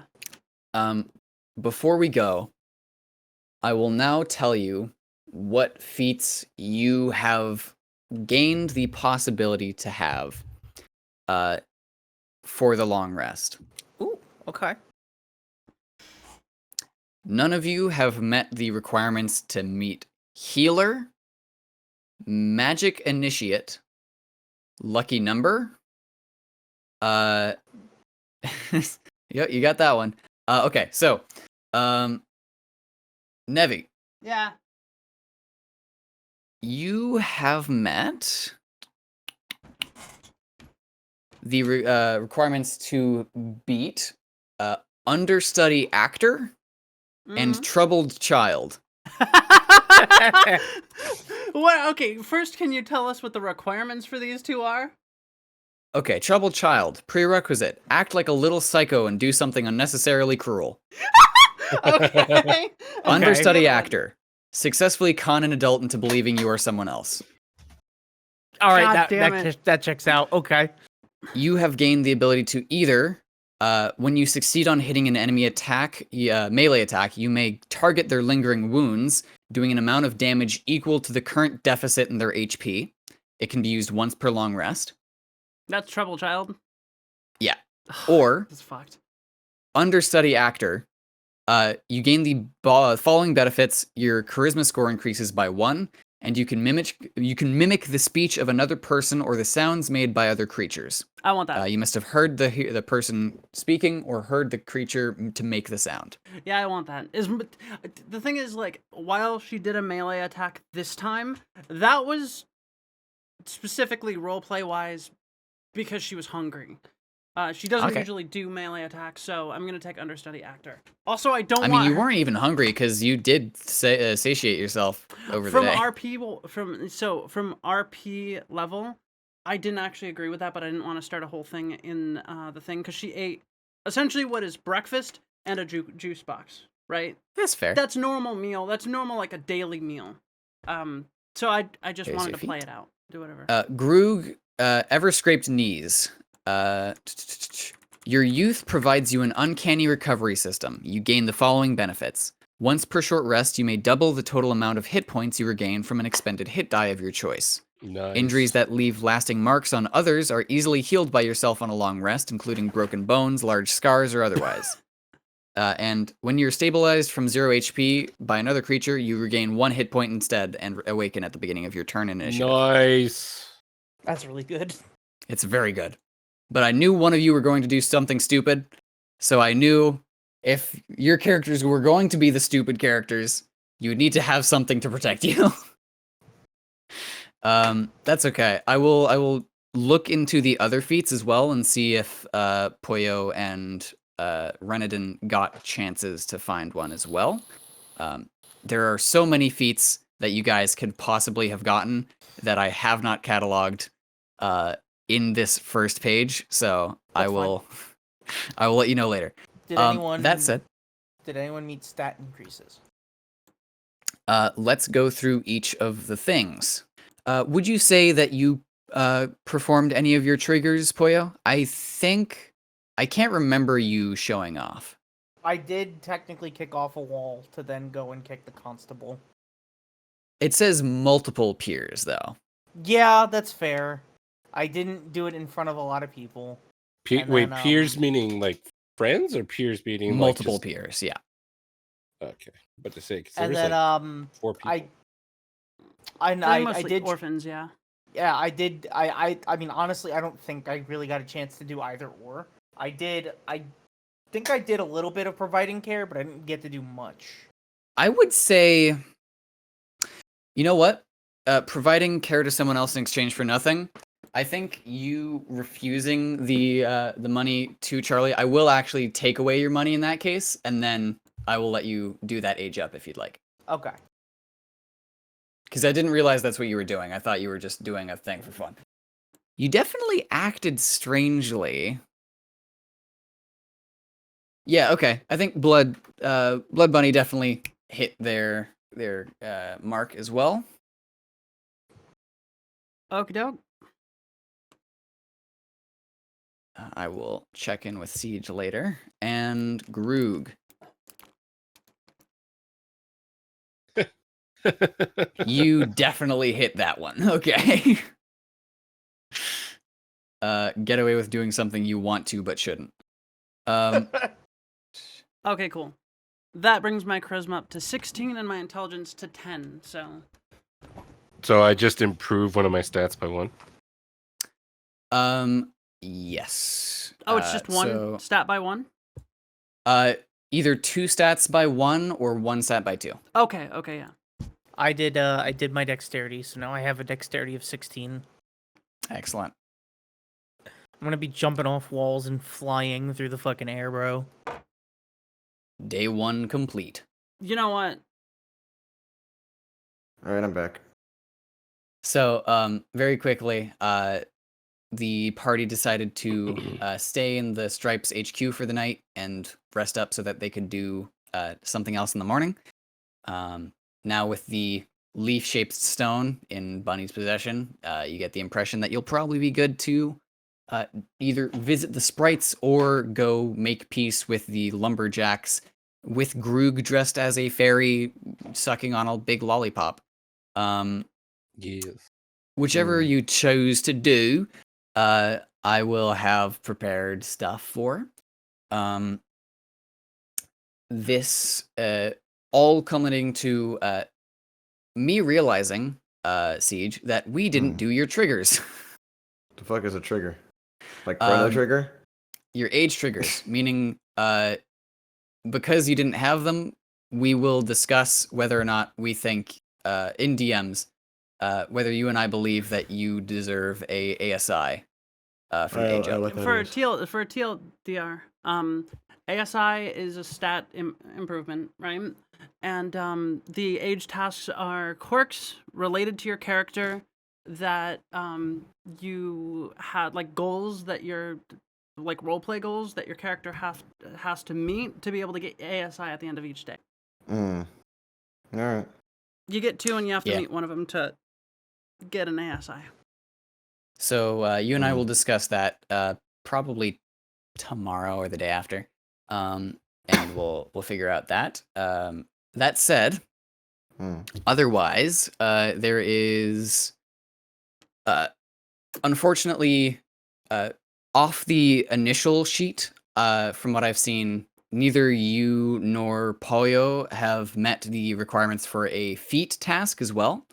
So I will look into the sheets of feats later and see if there was a like more obscure one that I missed. That said, I will let you two know after, probably tomorrow when I take time to actually do housekeeping, because I'm done DMing for today. Fair. So yeah, we cut away with the tree, a safe solace for now, with a set of lumberjacks screaming into the night, assuming that they have broken the convent, and the world maybe a tad more dangerous going forward. I fucked up. However, Yeah. However, one more thing.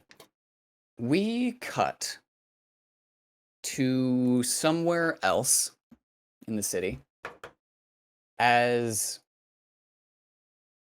on the path back to the lumber camp. There's a few ways to go, but as it stands, the most non-convoluted way is to go from the lumber train in the Evergreen Road up the locomotive line into the Little Maple Lumber Camp. The two lumberjacks who will have made it back, the third one having quit forever, are making their way along the Evergreen Road right here. And in fact, we will actually cut to the street on Evergreen Road that they pass as we go right here. So, as we cut to the street, we see these two, one of them sort of running much faster than the other, lumberjacks sprinting down the street trying to find their way back to the lumber train. And absent-mindedly, the younger of the two says, "What fucking was that thing? I don't even know. Are you okay still?" And the older one says, "I don't know, it just bit me. It just bit me and I can't do anything about it. We just gotta tell the boss. We gotta tell the boss." And they sprint to the locomotive line. Oh no. And out of a side path, just sitting on a stoop, we see a person. They seem to be wearing strange bat-themed armor. Oh no. Alongside several silvered thorns along it, and a rather military-looking coat. A strange little silver locket fixed to the front of their coat, depicting a moon with a sword through it. Oh, fuck. I don't know what that means. Alongside an inner brooch of of a little, also silver, set of fangs. God Who fucking damn it! looks over to the two who ran away and says, "Well, that is not good." God And fucking damn it! that is where we will end. No! God damn it! What- The consequences of my actions! What happened? Don't worry about it. We'll fade out from there. Thanks for watching, everyone. This was Rusted Boar Regnomancy. The clock strikes 12. Yep, the clock strikes 12. Our end of the year, New Year, December thing. Decemberuary few shot. Yeah, exactly. Yeah. This might come out a little bit late. We do hope you enjoy it, however. I hope you enjoy our band of freaks. Rusted Boar Regnomancy is brought to you by Nevi Alden. Siege Kirsten. Reese Aldrich. Bad Gob Leafy. And viewers like you. Thank you. Map and token assets created by 2 Minute Tabletop and Bad Gob Leafy. All music used within the RBR podcast is used with explicit permission through a Creative Commons license or under fair use. You may find them in the description below. Rusted Boar Regnomancy is produced by Levi, Nevi Alden, And directed by Nevi Alden. Rusted Boar Regnomancy is published under a Creative Commons Attribution Share Alike 4.0 international license. Rusted Boar Regnomancy is in no way affiliated with, supported, or endorsed by Hasbro or Wizards of the Coast. We of the Rusted Boar crew earnestly hope you enjoy our production.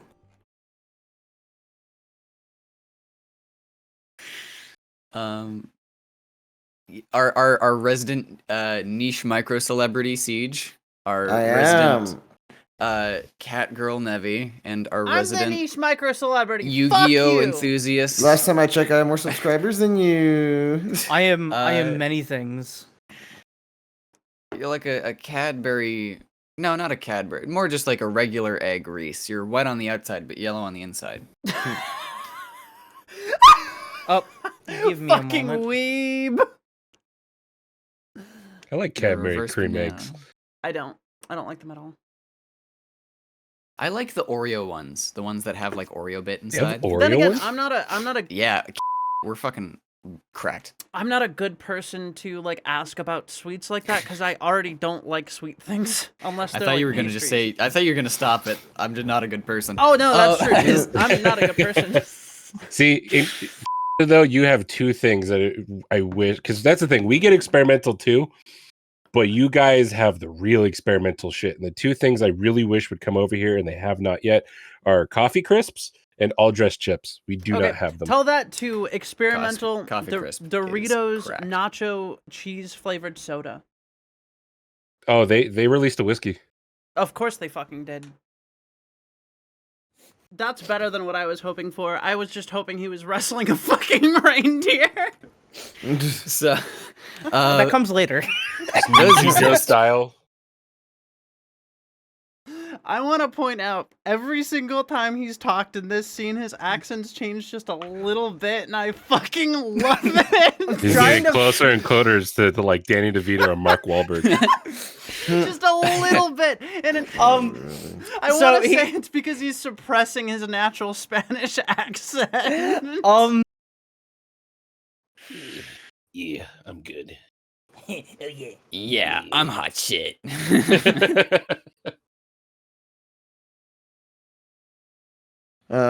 He'd be kind of sitting in his bed, tinkering with like a new little gizmo that he's working on, called the Ball Scrungler 9000. I keep bringing this up. Tell us about the ball scrungler. The Ball Scrungler, SCP 279,851. The Ball Scrungler. God damn It is Keter class and can be found in random areas at all Okay. times, and at least once it will scrungle someone's balls a day, and which they will This until bit they is are going on too long. Okay, I was staying that's quiet good. and seeing This what is was happening. This is a bit I can appreciate. I used to It's narrate great, don't get me wrong, SCPs. it's a good fucking bit, but that's Number going in the 15, outtakes. the Ball Scrungler. Number 25,868. The Ball Scrungler. Babasping Boobah. Tell me an actual thing. Alright. What he's actually messing with is let me think. I like blood. She's gonna be real She dangerous didn't one say day. that. I promise that was you. That's my key phrase. Okay. That's my key phrase. I like blood.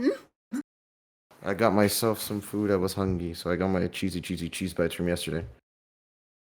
I bet you eat food, you fucking slut, you dirty whore. Stop, shut up. Yeah, this guy's supposed to just need an arrow to the knee. Yeah, topical reference. Awesome. Laugh. Laugh now. Laugh. I'm laughing. Laugh. I'm laughing. I'm sorry, sir. I'm sorry. Wow. Good. Sir. Good. I'm When so was the last time fucking you sorry. I don't know. You hear that? You just hear it. The clink of teeth. I adore the fact that you hated how you had to speak, so now you chose to not. She'll well, speak when she has to, but I don't want to speak. Shut up. She's shy now. I got a bit. God damn and it, she Krug. undoes a little. Every time I burp, What has I'm he gonna done? blame it on Krug. Fuck you. Oh, I see.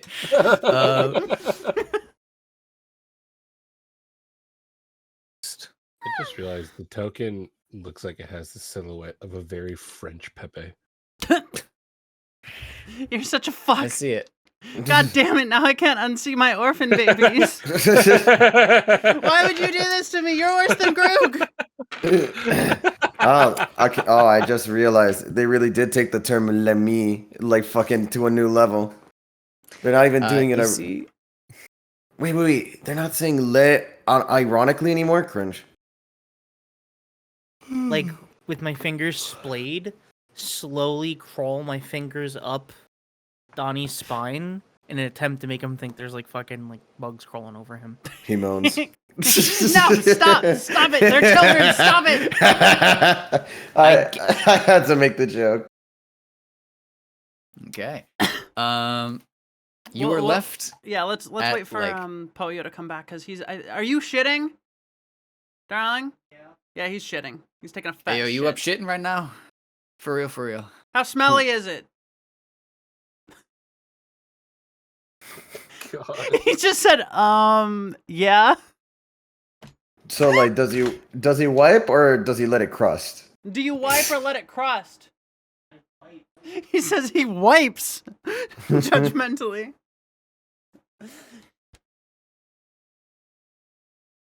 Look at that, you little photographer. That's about 5 Photographer. pounds.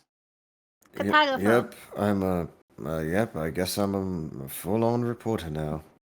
If there's a place we need to go, you're the one we need to know. You're the map. I'm the map. You're the map. I'm the map. He's the map. I guess I'm the map. A voice from the woods boos you. This is a call. This is almost a callback to my old wizard character who was a gnome who would always ride on an orc's back, like a barbarian totem barbarian's back, and just fucking like fireball people with him. It was great. Fireball. Small characters that ride on tanks' backs are fucking like goated, dude. Yeah, that's a classic. I love having kids not go to any of the maps that I made over the 3 weeks that we couldn't record. You sent us to the stripes. Yeah. This To is be fair, we actually is to did be what expected. you wanted us to do. We didn't break the game at all. I know. You're just dumb. I'll be honest with you. It was very much just like, I'm gonna make a bunch of maps in case they go to somewhere that's really bad. And you didn't go to any of the places that are like really bad, so honestly, I'm pretty happy. Mhm. But also, you did fuck up something that I didn't expect you to fuck up, so now that character shows up. Shit. It's not a fuck up. It's a happy accident. Thanks, Bob Ross. Maybe I should have killed him. Yeah. It's Thanks for really coming, fun everyone. session. Stay safe and goodbye. Goodbye. Goodbye.